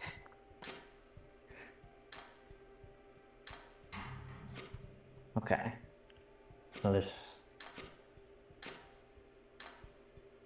So one thing you may notice here is that one of the flaws of not having metric-based design is that we're getting a lot more ties. I don't remember if that happens a lot more in the later weeks. I would not be surprised if it does. I don't think it does as much in the later weeks, but I think it is still something that happens. It is an interesting point though about designing puzzles around metrics versus how you have to do it in 2019 because you're designing for 4 metrics at the same time. You really just have to. It's a more general design. You just have to like make the puzzle kind of interesting and non-trivial no matter how you try and solve it. The 2019 puzzles always had I think that's always why they got so much attention from the community after the tournament ended for all those years, because they were always just in general pretty interesting for most metrics. Yeah. It happened a bit when I was designing Critalium. There were a couple of changes I made to the puzzle to make it more generally non-trivial for most metrics, because I had to design it with 3 instead of 2 in mind, so not kind of like what this tournament did, but still. I mean, I still feel it in Critalium and how it came out, because it just kind of lays out the challenge in front of you, and then here are sort of the ways that I want you to do it. So I was very happy to see the triple metric. It was in particular, originally I had the puzzle with 4 atomic inputs, so you just grabbed the iron and the quicksilver and the lead and tin separately, and that made rate nicer, but it kind of like killed the other metrics and made them pretty non-interesting, so that was probably like the big change. That, oh, hang on, now it's just like a generally like big boy puzzle no matter how you slice it. So even shit like area is an insane challenge now. Alright, so quick my tangent aside, we have a podium to disassemble. In 3rd place, Winter 1703, dropping the cycle count by 9 cycles to 225. And we're already below that 250 cycle mark.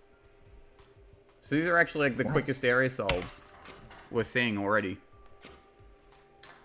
And it is happening with 2 pistons, but you know, it's just a showcase of how constraining area can be, where 2 pistons at min area are barely matching what 1 piston at 2 higher than min area could do. This is Lars Dahl's layout, except it's clearly opposite, so some things are more convenient. So, especially this initial movement here. After the first debond, arm 2 comes around and rotates. As arm 1 is doing the crook pivot. That key crook pivot that we've seen a couple times. Except arm 2 is like doing nice busy work in the meantime. And actually gets its own quick, like here, put this over the bonder. And now for the rest of the solve, arm 1 will be doing all the bonding. And arm 2 just kind of like gets everything in place. But it is, the roles are essentially swapped at the beginning, because it actually keeps both arms busier for longer. There's not as much, you can see there's really not much in the way of gaps in the instruction tape at all here.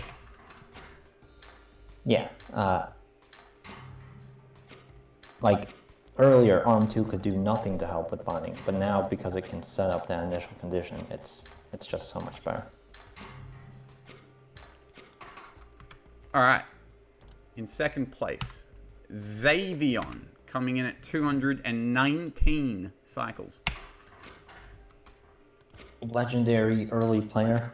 There were a lot of early records that had Xavion's name, I think. A lot of early like breakthroughs and shit.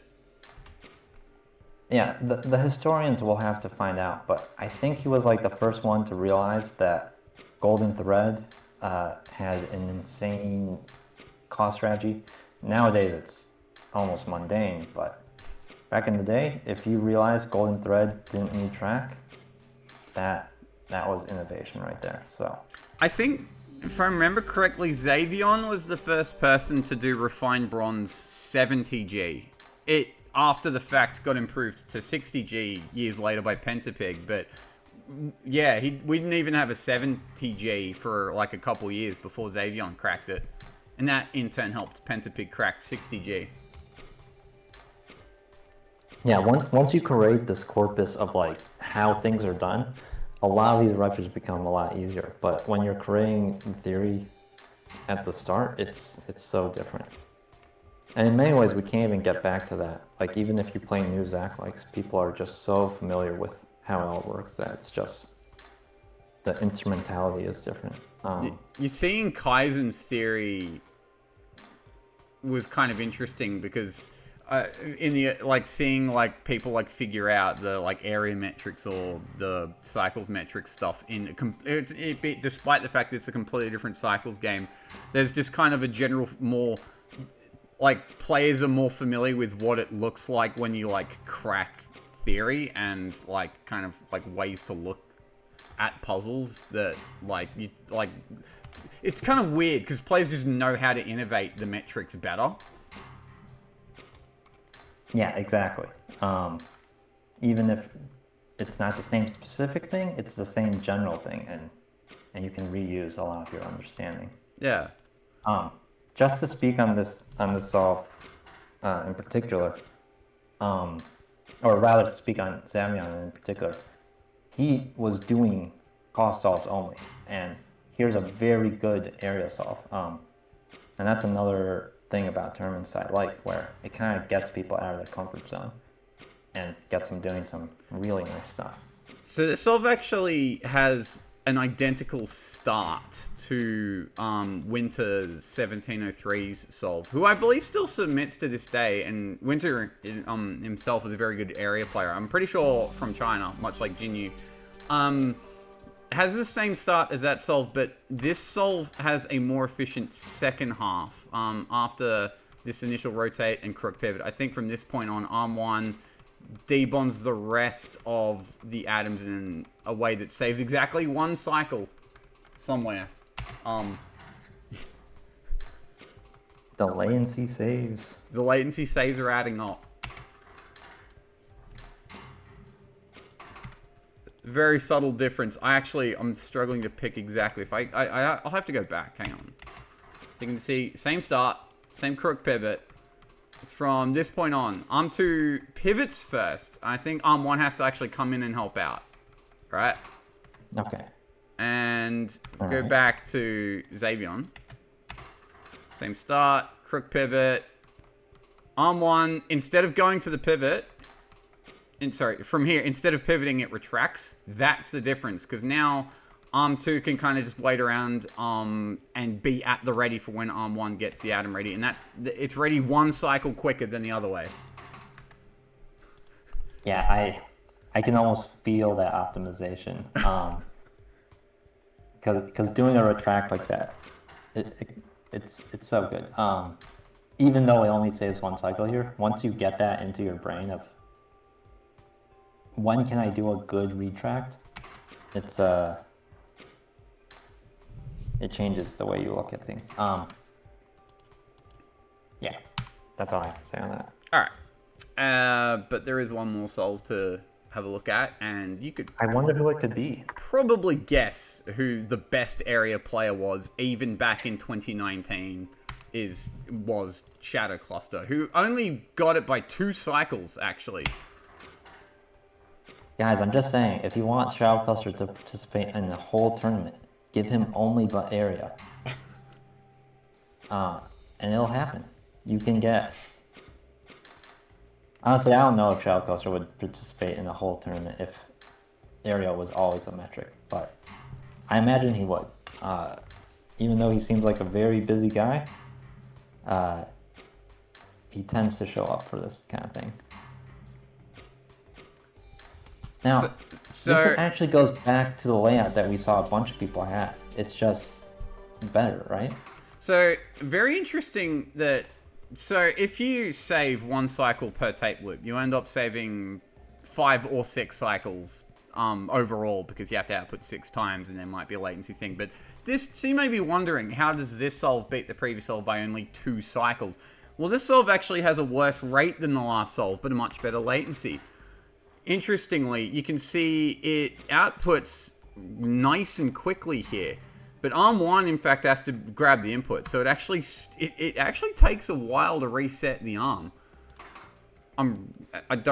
It does irk me that there is he drops and retracts twice and then places the reset instruction. I'd nuke the reset instruction if I could, but anyway, the actual outputting itself is actually sped up quite a bit by the fact that ARM1 and 2 work so that ARM1 saves a regrab here by getting to move up twice, and then down twice, and then up twice. None of the other solves do that. All the other solves essentially have atoms bonded one at a time, and they shuffle along the stick one at a time. So ARM1 here very pointedly moves up twice every time, because ARM2 is also actually bonding while ARM1 extends and retracts. So it's a key point of difference, along with the really clean initial, I really do like this initial movement with the double pivot. That's definitely pivot of the week. Yeah, this whole elbow handling, I think, just shows how ahead of theory Shadow Cluster was, because it's so easy to be like, oh, I have an elbow, I'll grab the center of it and pivot it around like I did with the crook. But you do it this different way, and now you're parallelizing much better, and it's just secondary perfection. It's really... Yeah, this solve, also I should mention the cycle solves actually are still the records to this day, both CA and CG. Neither of them have been improved. This solve has not been improved either. This is still the current day AC record. So obviously, it having survived 7 years of scrutiny, I don't think it is easily improved, if at all improvable. I just like how this solve in particular, as opposed to pretty much every other area solve, have both pistons bonding. Both pistons involved in the debonding and the bonding, and they're both just kind of like... There's a lot more communication between the 2 pistons in this solve than I think you'll see in any of the other area solves. And like they specifically, like here in particular, you can see the 2 pistons are holding 2 different molecules and moving them differently, but they both are actually like still indirectly communicating with each other, because you have to like synchronize and coordinate the pivots, and here the extension actually has to happen at the same time. So there's a lot of indirect communication that you don't see in the other solves. Yeah, the only time this solve looks like it doesn't, it feels like it's flailing a bit is like at the very end when that last iron comes in. But, there are certain things you can't erase. And the resetting of the ARM takes like 5 cycles, and that's the only other thing. And that nearly cost Shadow Cluster first place, but that's why this did still get the previous solve by 2 cycles, because its latency is just a lot lower. Very well done. The king will return. Because there are 10 whole... every week has areas, so you will be seeing Shadow Cluster's name nice and regularly.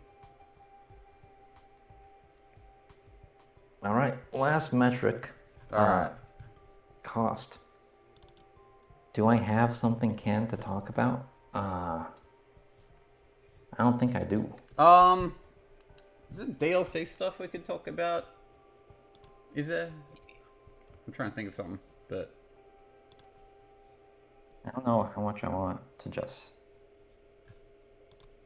it's going to date us if we talk about the DLC. What if no one likes it? Oh no. What if they start playing it and it's over? They're like... Why did you change it from Pierre to J?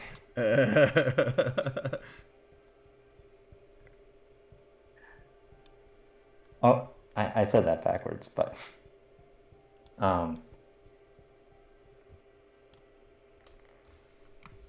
maybe I'll leave it with one fun fact. So Matthew Sagey Burns did rewrite our story, but you would be surprised at how much of the original structure is still there. And I'm happy to see the parts that did stay. Whether it happened because of effort or because of, it was genuinely good, I don't know. But, I, I have real writing in a game now, so that's cool. I never contributed as much to the story as I would have liked, but I feel like I had a big hand. I remember when the initial draft of the rewrite came out and we weren't really happy with chapter 3. And I think I was like involved in like trying to push Matthew into a different direction for the chapter 3 in particular, and I was really proud of how that came out and that I actually had a part in that one. Yeah, chapter 3 was the hardest for us to write originally, so I was not surprised that was such a struggle to get over the end. But I actually think it's the best chapter of the story now after the fact. Yeah. Probably I feel like I need to play through my own thing or our own thing like years down the line just so I can feel it out as a normal person. I was thinking of doing the like a real quick like just for my channel, just like, hey, here's like me playing and talking about like creative notes. I could join in on that. We could, yeah, just get like you, me, Mr. Puzzle, and Lunar in on it. That'd be kind of cool, actually. Could do that someday. Watch this space. Or don't. Indeed. I make no guarantees. It could take several years, like this.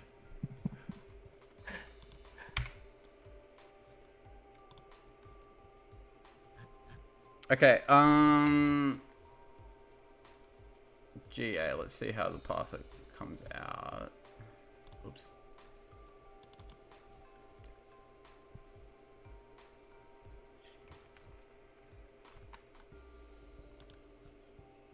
Okay, for our last metric, cost. This is the one metric I did not look up at the solves ahead of time, so we get to fly by the seat of our pants a bit.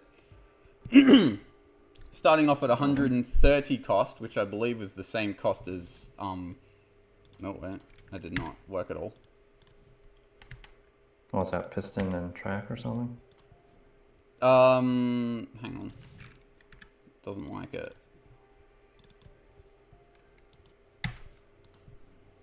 There it is. So this was this solve actually comes out at the same cost point as Panic's cycle solve, which I find funny.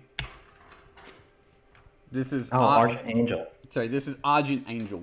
Coming in at 16th, it won't say that in the top left, but you're just gonna have to take it. Take my word on it. This is 16th. Yeah, so Argent Angel joined the community for a very short time, and we convinced her to play the first tournament. Like, oh, you can try however you want. It doesn't matter how you place, just participate.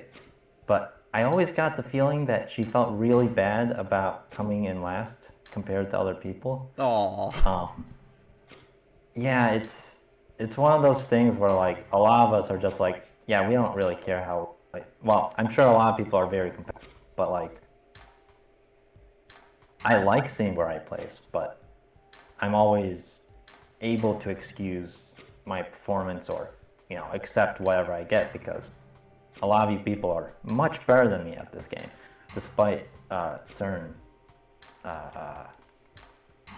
rumors. One thing I notice whenever I'm trying to show Opus Magnum to someone I know in real life, and I'm trying to like talk him into it a bit, and like, yeah, no, just play it. It's fun. Just don't worry too much about it.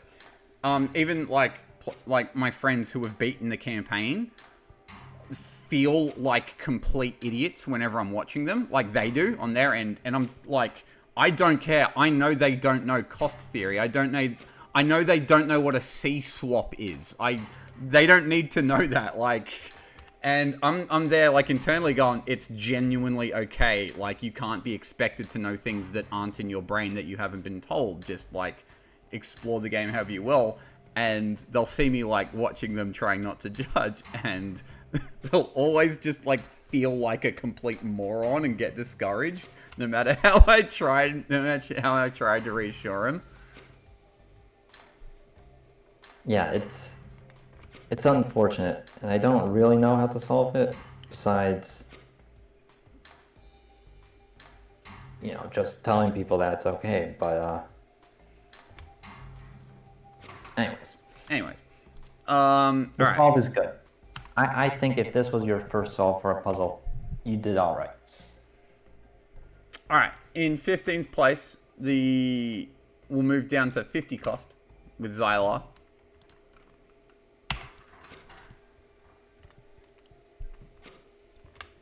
Classic single arm on a track. So we're not too far away from minimum. Minimum is just this, but without a track. Yeah, and I'm seeing a lot of extra motion even with the track here, so.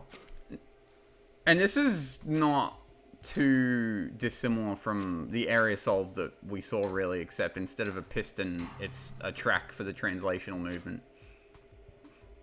You can see that, so what's causing problems with Xylar here is he doesn't want to lose the suppression, and that's why there's all this extra manipulation going around. So watch how people handle that suppression to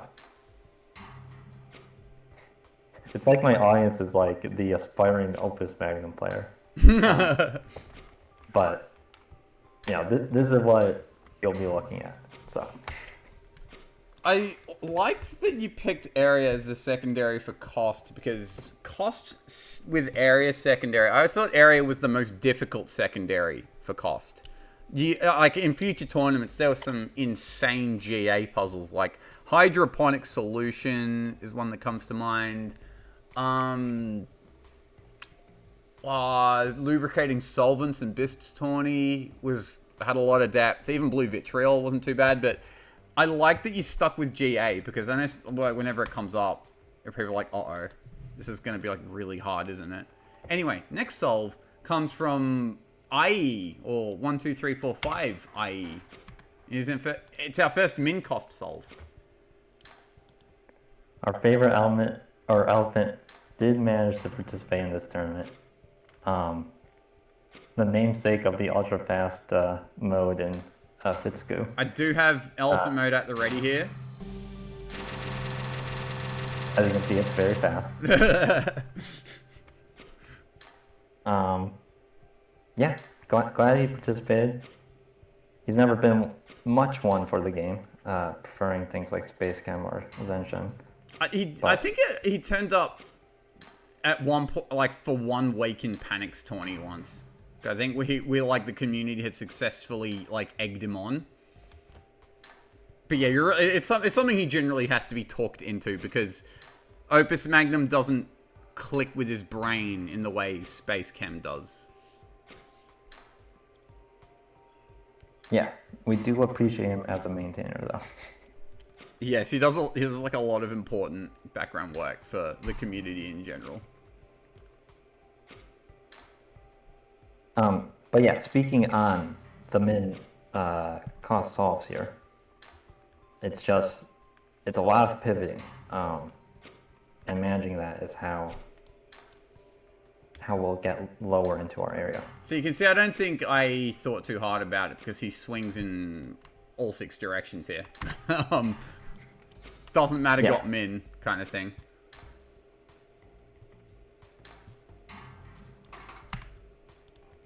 But it always feels super constraining trying to optimize area when you've just got the one arm and it's just sitting there, and it's all just very careful pivots, and how do you rearrange the molecule into shapes that I can get over the bonder in certain ways that don't clip 10 hexes of area.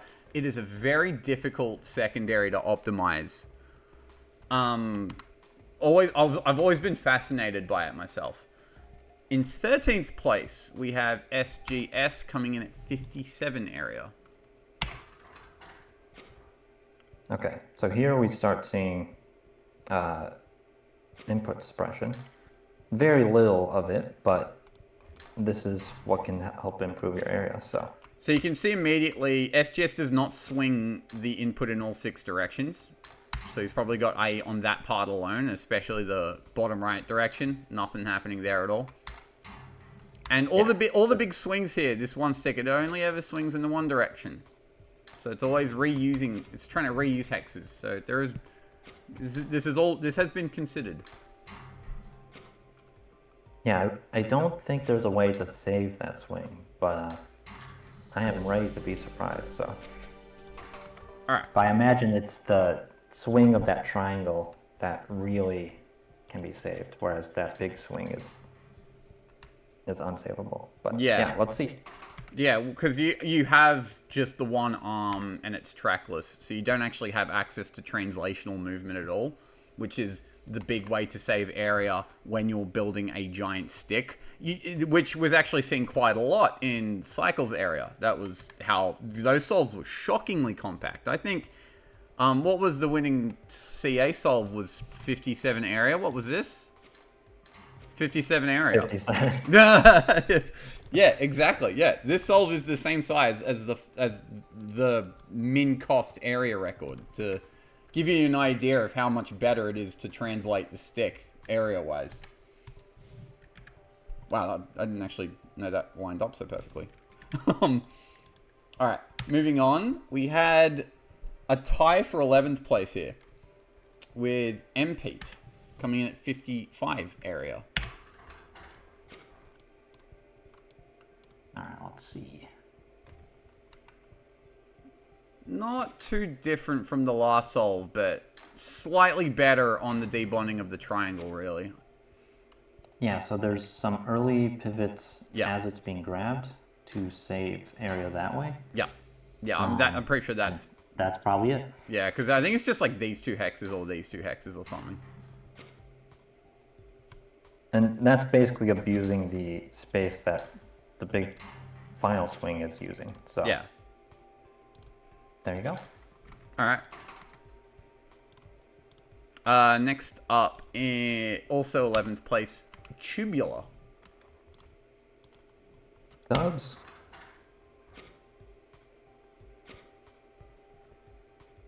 Okay, so a lot more micromanagement of the triangle here.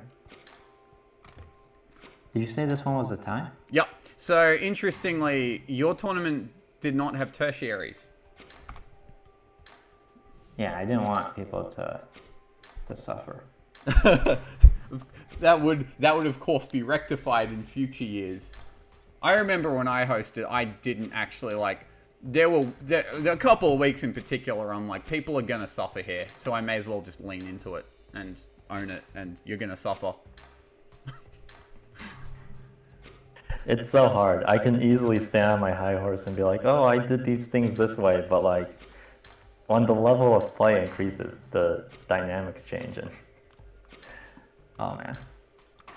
So yeah, actually, interestingly, the cycle count does not matter here. I think this solve was slower. Yeah, MPete's solve was actually much faster. So, with modern day Opus Magnum scoring, MPete would have beaten Tubular comfortably on the tertiary here, but there is no such consideration in 2019.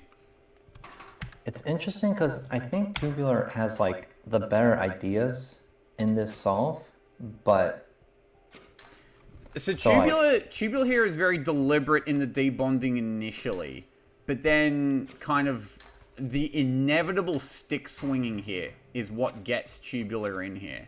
So like the area count kind of grows slowly but surely over the course of the solve.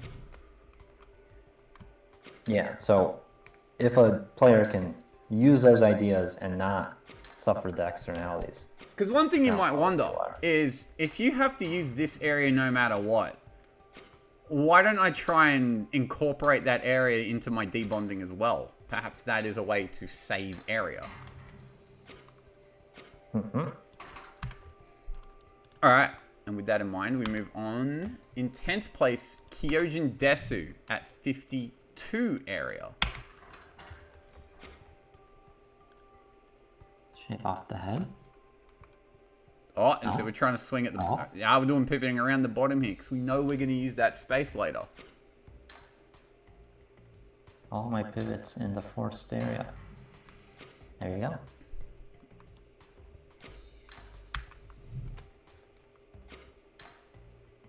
Okay. So I do think the debonding could be a little bit better. That's probably what we'll see, but yeah. Oh, and I didn't mention the historical note earlier, but Gyojin Desu, also someone like MP who has disappeared and reappeared over the years. I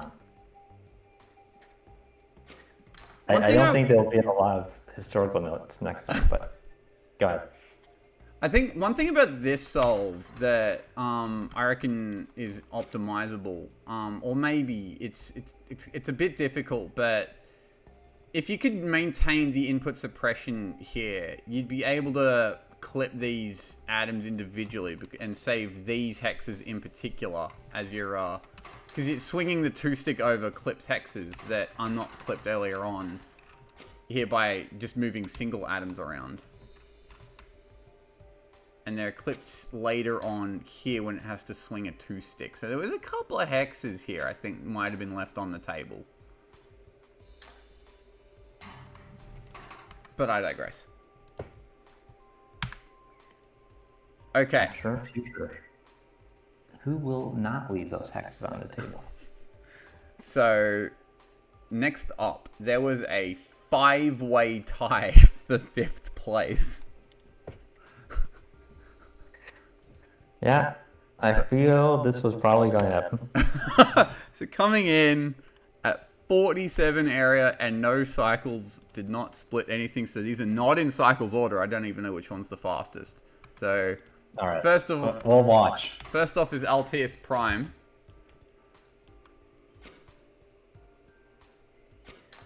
I'm also curious if these all come out to the same thing.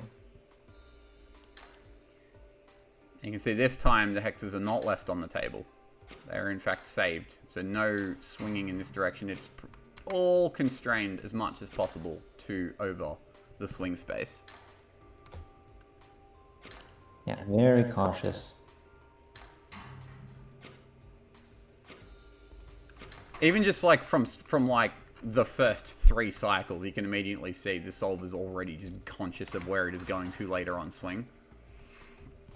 One thing about cost and area, I guess this applies to most every metric if you want it to, but in particular area and cost area, swings that happen later on in your solve, or like the biggest, most complicated swings of the solve, pretty much have to be your first consideration. So in area, this typically looks like you do have to work backwards from the largest, most difficult part of the solve and work your way back to the beginning, which is what this does.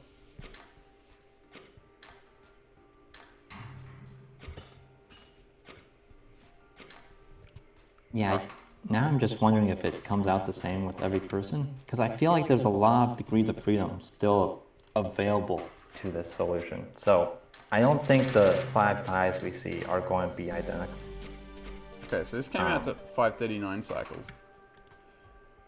Alright, next up we have Darius 1, 491 cycles. This one's quicker. Splits into halvesies.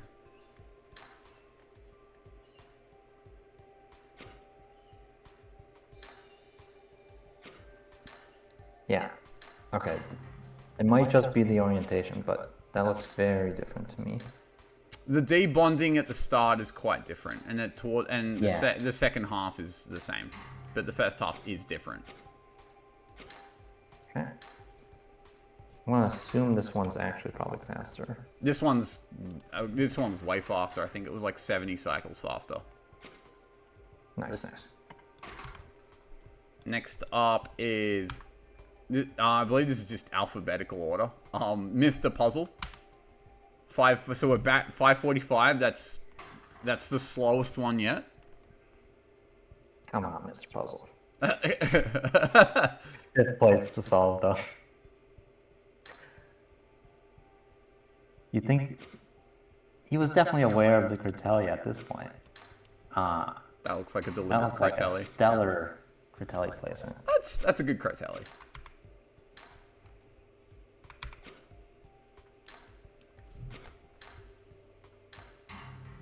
It's a very slow. It's the beginning in particular here that is slow but deliberate and considered and area efficient.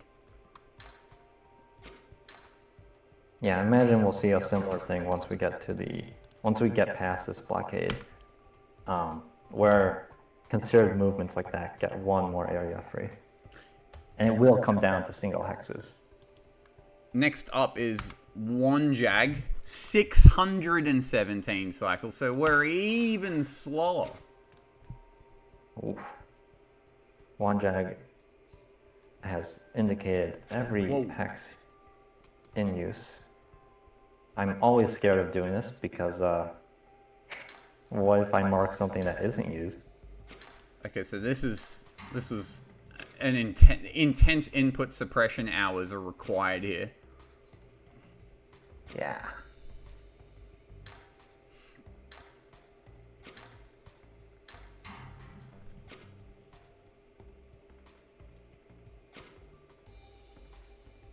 So we've got the 1, 2, 3 all separately debonded into the stick. It's interesting because he tries so hard to keep that suppression going, those 4 hexes that he uses up there, I'm pretty sure other players have not used those. So he saves a lot, but he loses a lot. And if there were tertiaries, it would not come out in the wash, but that's okay, because we're not. And finally, Xavion. It's 461, so we're quicker again. In fact, I think this is the quickest 47 hex solve. Fastest 47. And this does use the same exact hexes at the top. Yeah, but puts a lot less effort into that. Oh, much more convenient. You start with the 3-stick and you can just save the tringle. And just use the space. Yeah, you start with the 3-stick and that just debonds itself, and you can just pivot the tringle all the way to the debonder. Of course, this is the kind of solve you get to where you decide that 47 is the best you can do, and then you optimize the speed afterwards. Well, I guess since it wasn't a tertiary, I don't know if Xavion actually intentionally optimized speed. This actually, maybe he was. Dare I say, this probably looks like the lowest effort of the 5 5th place solves. It just is the most efficient because it's kind of like the cleanest idea. Yeah, he might just be a natural, and he got this area, and that's that. Yeah, well, because Xavion is a talented cost optimizer, so probably just the better intuition is making the difference here in the cycle, and possibly the effort factor. Alright, moving on from the 5th place pile up. In 4th place, we have Jinyu at 41 area. Ooh, very different layout. Okay, so the bonder and debonder are on opposite sides. So we have a check mark. So now we're truly incorporating like the entire input area into the swing space. Yeah, so instead of pivoting the end, we are rotating a 3-stick onto another 3-stick, which is much more compact than what you do. And look at that Bestagon. That is Bestagon. Not quite. It's almost Bestagon. That's so close, actually. It's 4 hexes away from being a perfect Bestagon.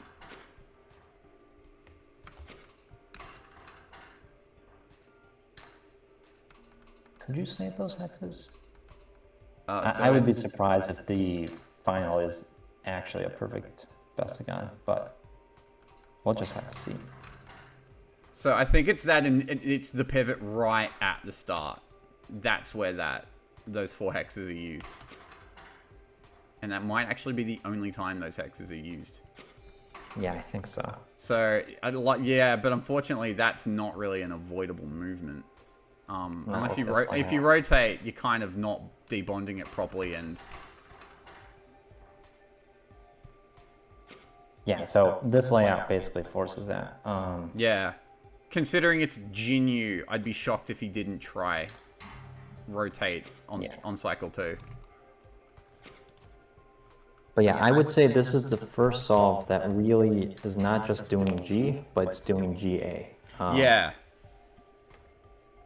Like actual area secondary kind of theory here, by incorporating the input and debonding and bonding into the swing space itself. Yeah, takes a extra step in theorizing to get here.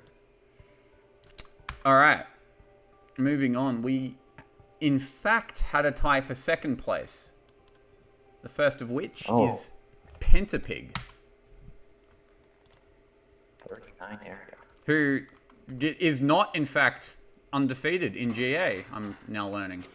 Because it kind of feels like that, because he hasn't lost a GA in many years.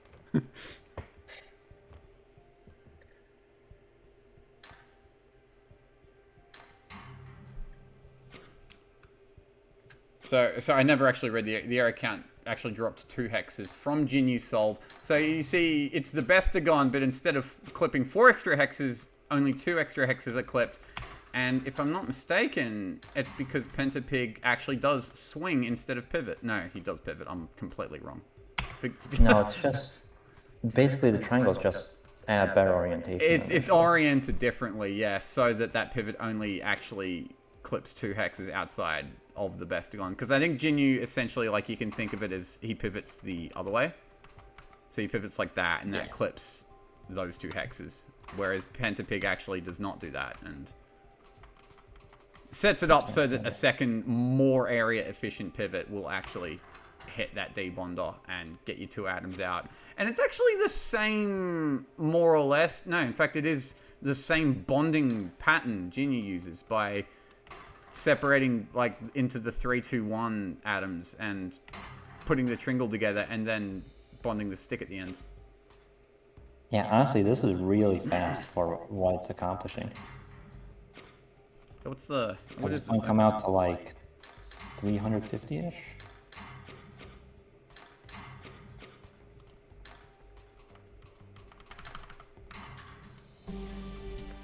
$341? Yeah, that's a lot faster than many of the 47 area solves. In fact, is it faster than all of them? Xavier was at 461. Yeah. Yeah, so... Because I think the key constraint of this particular solve is that you do have to put every atom onto the bonder separately, so you're bonding all 6, so there are more re-grabs involved than how Pentapig's doing it. Because he preserves the entire 3-stick and just kind of saves it for the end. So there's only 2 bonding steps here, as opposed to 6. Or 5. Wow. I wonder, like, probably the same kind of solution would show up if I did GC instead of GA, but it's interesting to think that getting here required GA thought, but is incredible for GC as well. So you remember Rithaniel's solve where he just clumps 4 triangles together and they turn into 4 sticks through debonding? I'd be no, I don't think GA would do that, but I'm not certain GA wouldn't do that. I wonder if something like a pre-building kind of thing, because I know that did win improved explosive file. Someone did that, and it was like a really clever way to win the puzzle. Or maybe there's just lustrous syrup somewhere. You meant GC when you said that earlier, right? Because you said GA. Oh, sorry, I did mean JC. I wonder if there's lustrous syrup or syrup tech that you could apply to this solve. Community, you have a task now. See if you can make a better GC in this. Okay. The other second place solve was submitted by Winter 1703, and it's the exact same cycle count, so I dare say it's the exact same solve. Looks very similar. I'm impressed two separate people came up with this exact method, actually. Look at that. God, Child Culture, please tell me you got perfect hexagon. I feel like we would remember that in like our collective cultural memory, but so I don't think that actually happened, but I'm hoping for it. So he only beat 39 area by 1 hex, so it can't. A perfect hexagon would have been 37 area, so that number is already telling me no, he did not pull it off, and that's okay because it looks kind of jumbled anyway. It's not a hexagon at all. Okay. So he got by saving one area, it actually bumped the cycle up to a 4-digit count though. So he busted ass for that 1 hex, and it won him the metric completely. Oh my god, he's adding useless bonds. He's handling things. Oh, now this is the GA that we know and love. Or hate. Something about being steps beyond the competition. This is both incredibly painful, but a display of like just being ahead. This is what like a modern top GA solve looks like. Child Cluster decided he's going to do one big swing and everything will be smooth. And it saves one area. It came down to one hex, so I didn't even know that was true when I said that, and it was true, so I'm glad to see that.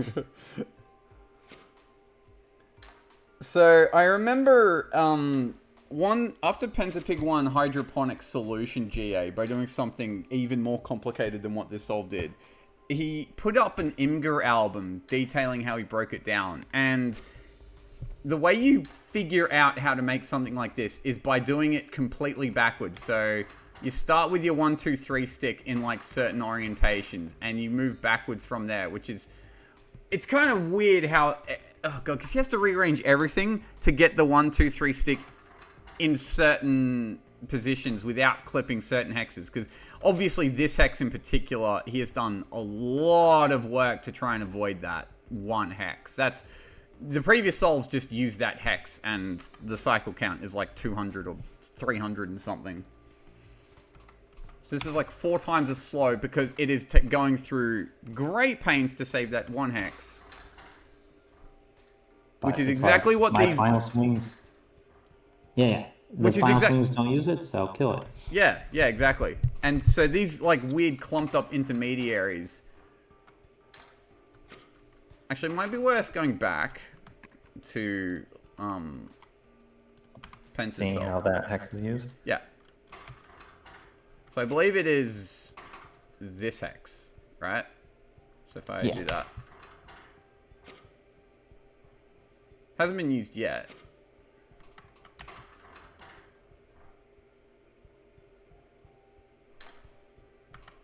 Still not used.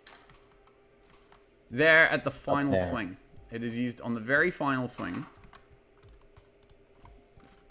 So how would you go about not using that hex? If I got the right hex, I'm pretty sure I got the right hex. Hang on, did I get the right hex? Okay. So we have the layouts are slightly different, so it's weird to reason about. So I think what's actually being saved here, like the hex that is being saved, is currently being occupied by the input. Oops. Whoa, that is the complete wrong solve. Chicken's in the attic. Wow, I can't believe chicken's in the attic one. Is it just... Yeah, the layout's a little different, but basically... Oh, in Pentatrix the Hall, layouts are different. Yeah.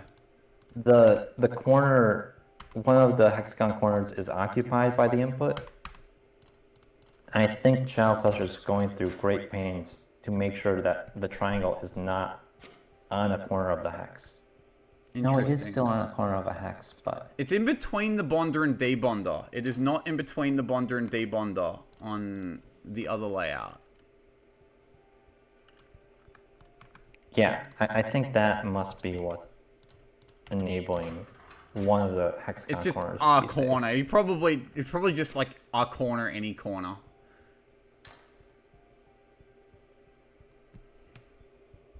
Yeah, because you can't save 4 of those corners, and the 5th one has to be occupied by the triangle. But you can save 1 more. You have to wonder, and I'm sure we could probably dig up the history, but like, did he go through and say, of the savable hexes, this one could be saved, and then he just grinded through to get there? So this solve is still the GA record. This solve was never improved on. Fun fact. I fully believe that. So yeah, all for yeah, that so was that also true for AC was never improved, CG was never improved, and CA, where's CA?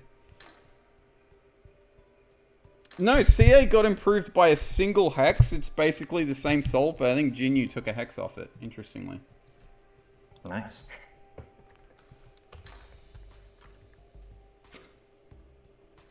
I am really... This was one of my goals with this tournament, because I knew there were people very good at their metrics, and it was definitely revealed even in this first week. So I think not using this hex, if I'm not mistaken, it makes, because it's near the D bonder is where it's closest, and the final stick does not swing through this kind of like quadrant where the input and D bonder is. I think it's specifically debonding that is made very difficult. I think that's the main point of difference. I do have to speculate a bit here. Yeah, see, God, that intermediary, just to get that 1 hex off, but it makes a crook, which makes the rest of the debonding okay. Interesting, the crook actually reappears here. Probably something, it might be like Shadow Cluster did area first, and was aiming for that crook shape in particular. Oh man, and getting it all back onto the bonder is also a pain in the ass.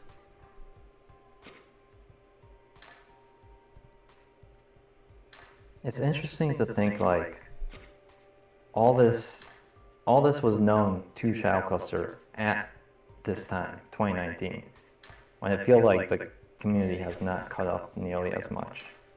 Players like Rebix have started to change that picture, but man, it feels like now these days. I know Calurasis is also very good at this kind of stuff, and it feels like increasingly every day that there just isn't a metric that Kazian is bad at anymore. that's the corpus of information we now have. And players like Sergi D and Spiritual Shampoo are just like, they found different niches in which they are better than every other player. But yeah, these like these like original GA strategies, like other than Rebix, are not, or maybe Calurasis, they're really like, yeah, it's kind of funny how the old players, kind of like the old masters, never have actually been like completely superseded.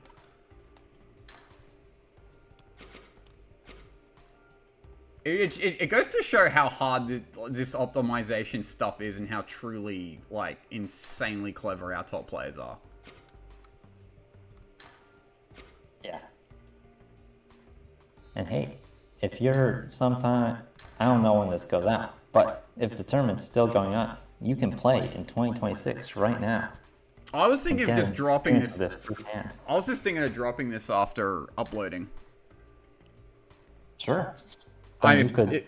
I don't mind if we all drop all 10 videos at the end, but... I mean, I'll let you do what you want. Okay. It's not my thing to control. Okay. Kinda. I don't want. I want you to be okay with it because it is your tournament. I mean, yeah. I like as long as we get a good cadence, that's fine. But our recording times will be the cadence setter. So this will probably be the longest video. Because it had by far the most submitters. There were 34 submitters for this week. The entire tournament only had 39 submitters, so almost everyone who submitted to the tournament submitted this week. There's only like a couple of players who submitted to weeks that weren't this one. So yeah, that matches my memory. Yeah. Hilariously, Faindeer submits for every week except for this one. It's like he turned up a week late and went, oh shit, there's a tournament. That's probably exactly what happened. All right. No one knows to look out for a tournament if none had happened yet. So that's very true. All right. That wraps up week 1. The recording time length was actually still pretty reasonable in the end. Should we show them what the next week looks like? Ooh. As if it's not already known. Oh, okay. Yeah. Okay. All right. Let's just drop it as a teaser. Why not? And I will be making no commentary besides being like, yeah, that's the puzzle. The commentaries for next week. All right. I have to actually find the bloody puzzle in my folders first. Hang on. Okay, yeah, that actually wasn't too bad.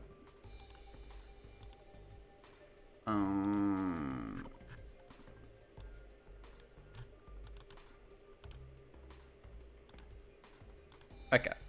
What? Oh. And we go from unwinding to wire forming and unforming. Look at that. That's a Zorflax puzzle if I've ever seen it. This puzzle has... it's actually a cool one to go into next week, because this puzzle has tech that has not been used in a tournament since. I remember that little teaser. Yeah, it's honestly a very maligned puzzle. Maybe its reputation has rehabilitated a little bit, but we'll talk about it more next week. I'm interested to re-experience what the solutions have, which I should tell people, I am not looking too deep into solutions before showing up to this. I am just coming here and saying what I see. So if you're expecting me to be a meticulous planner, this would never happen. So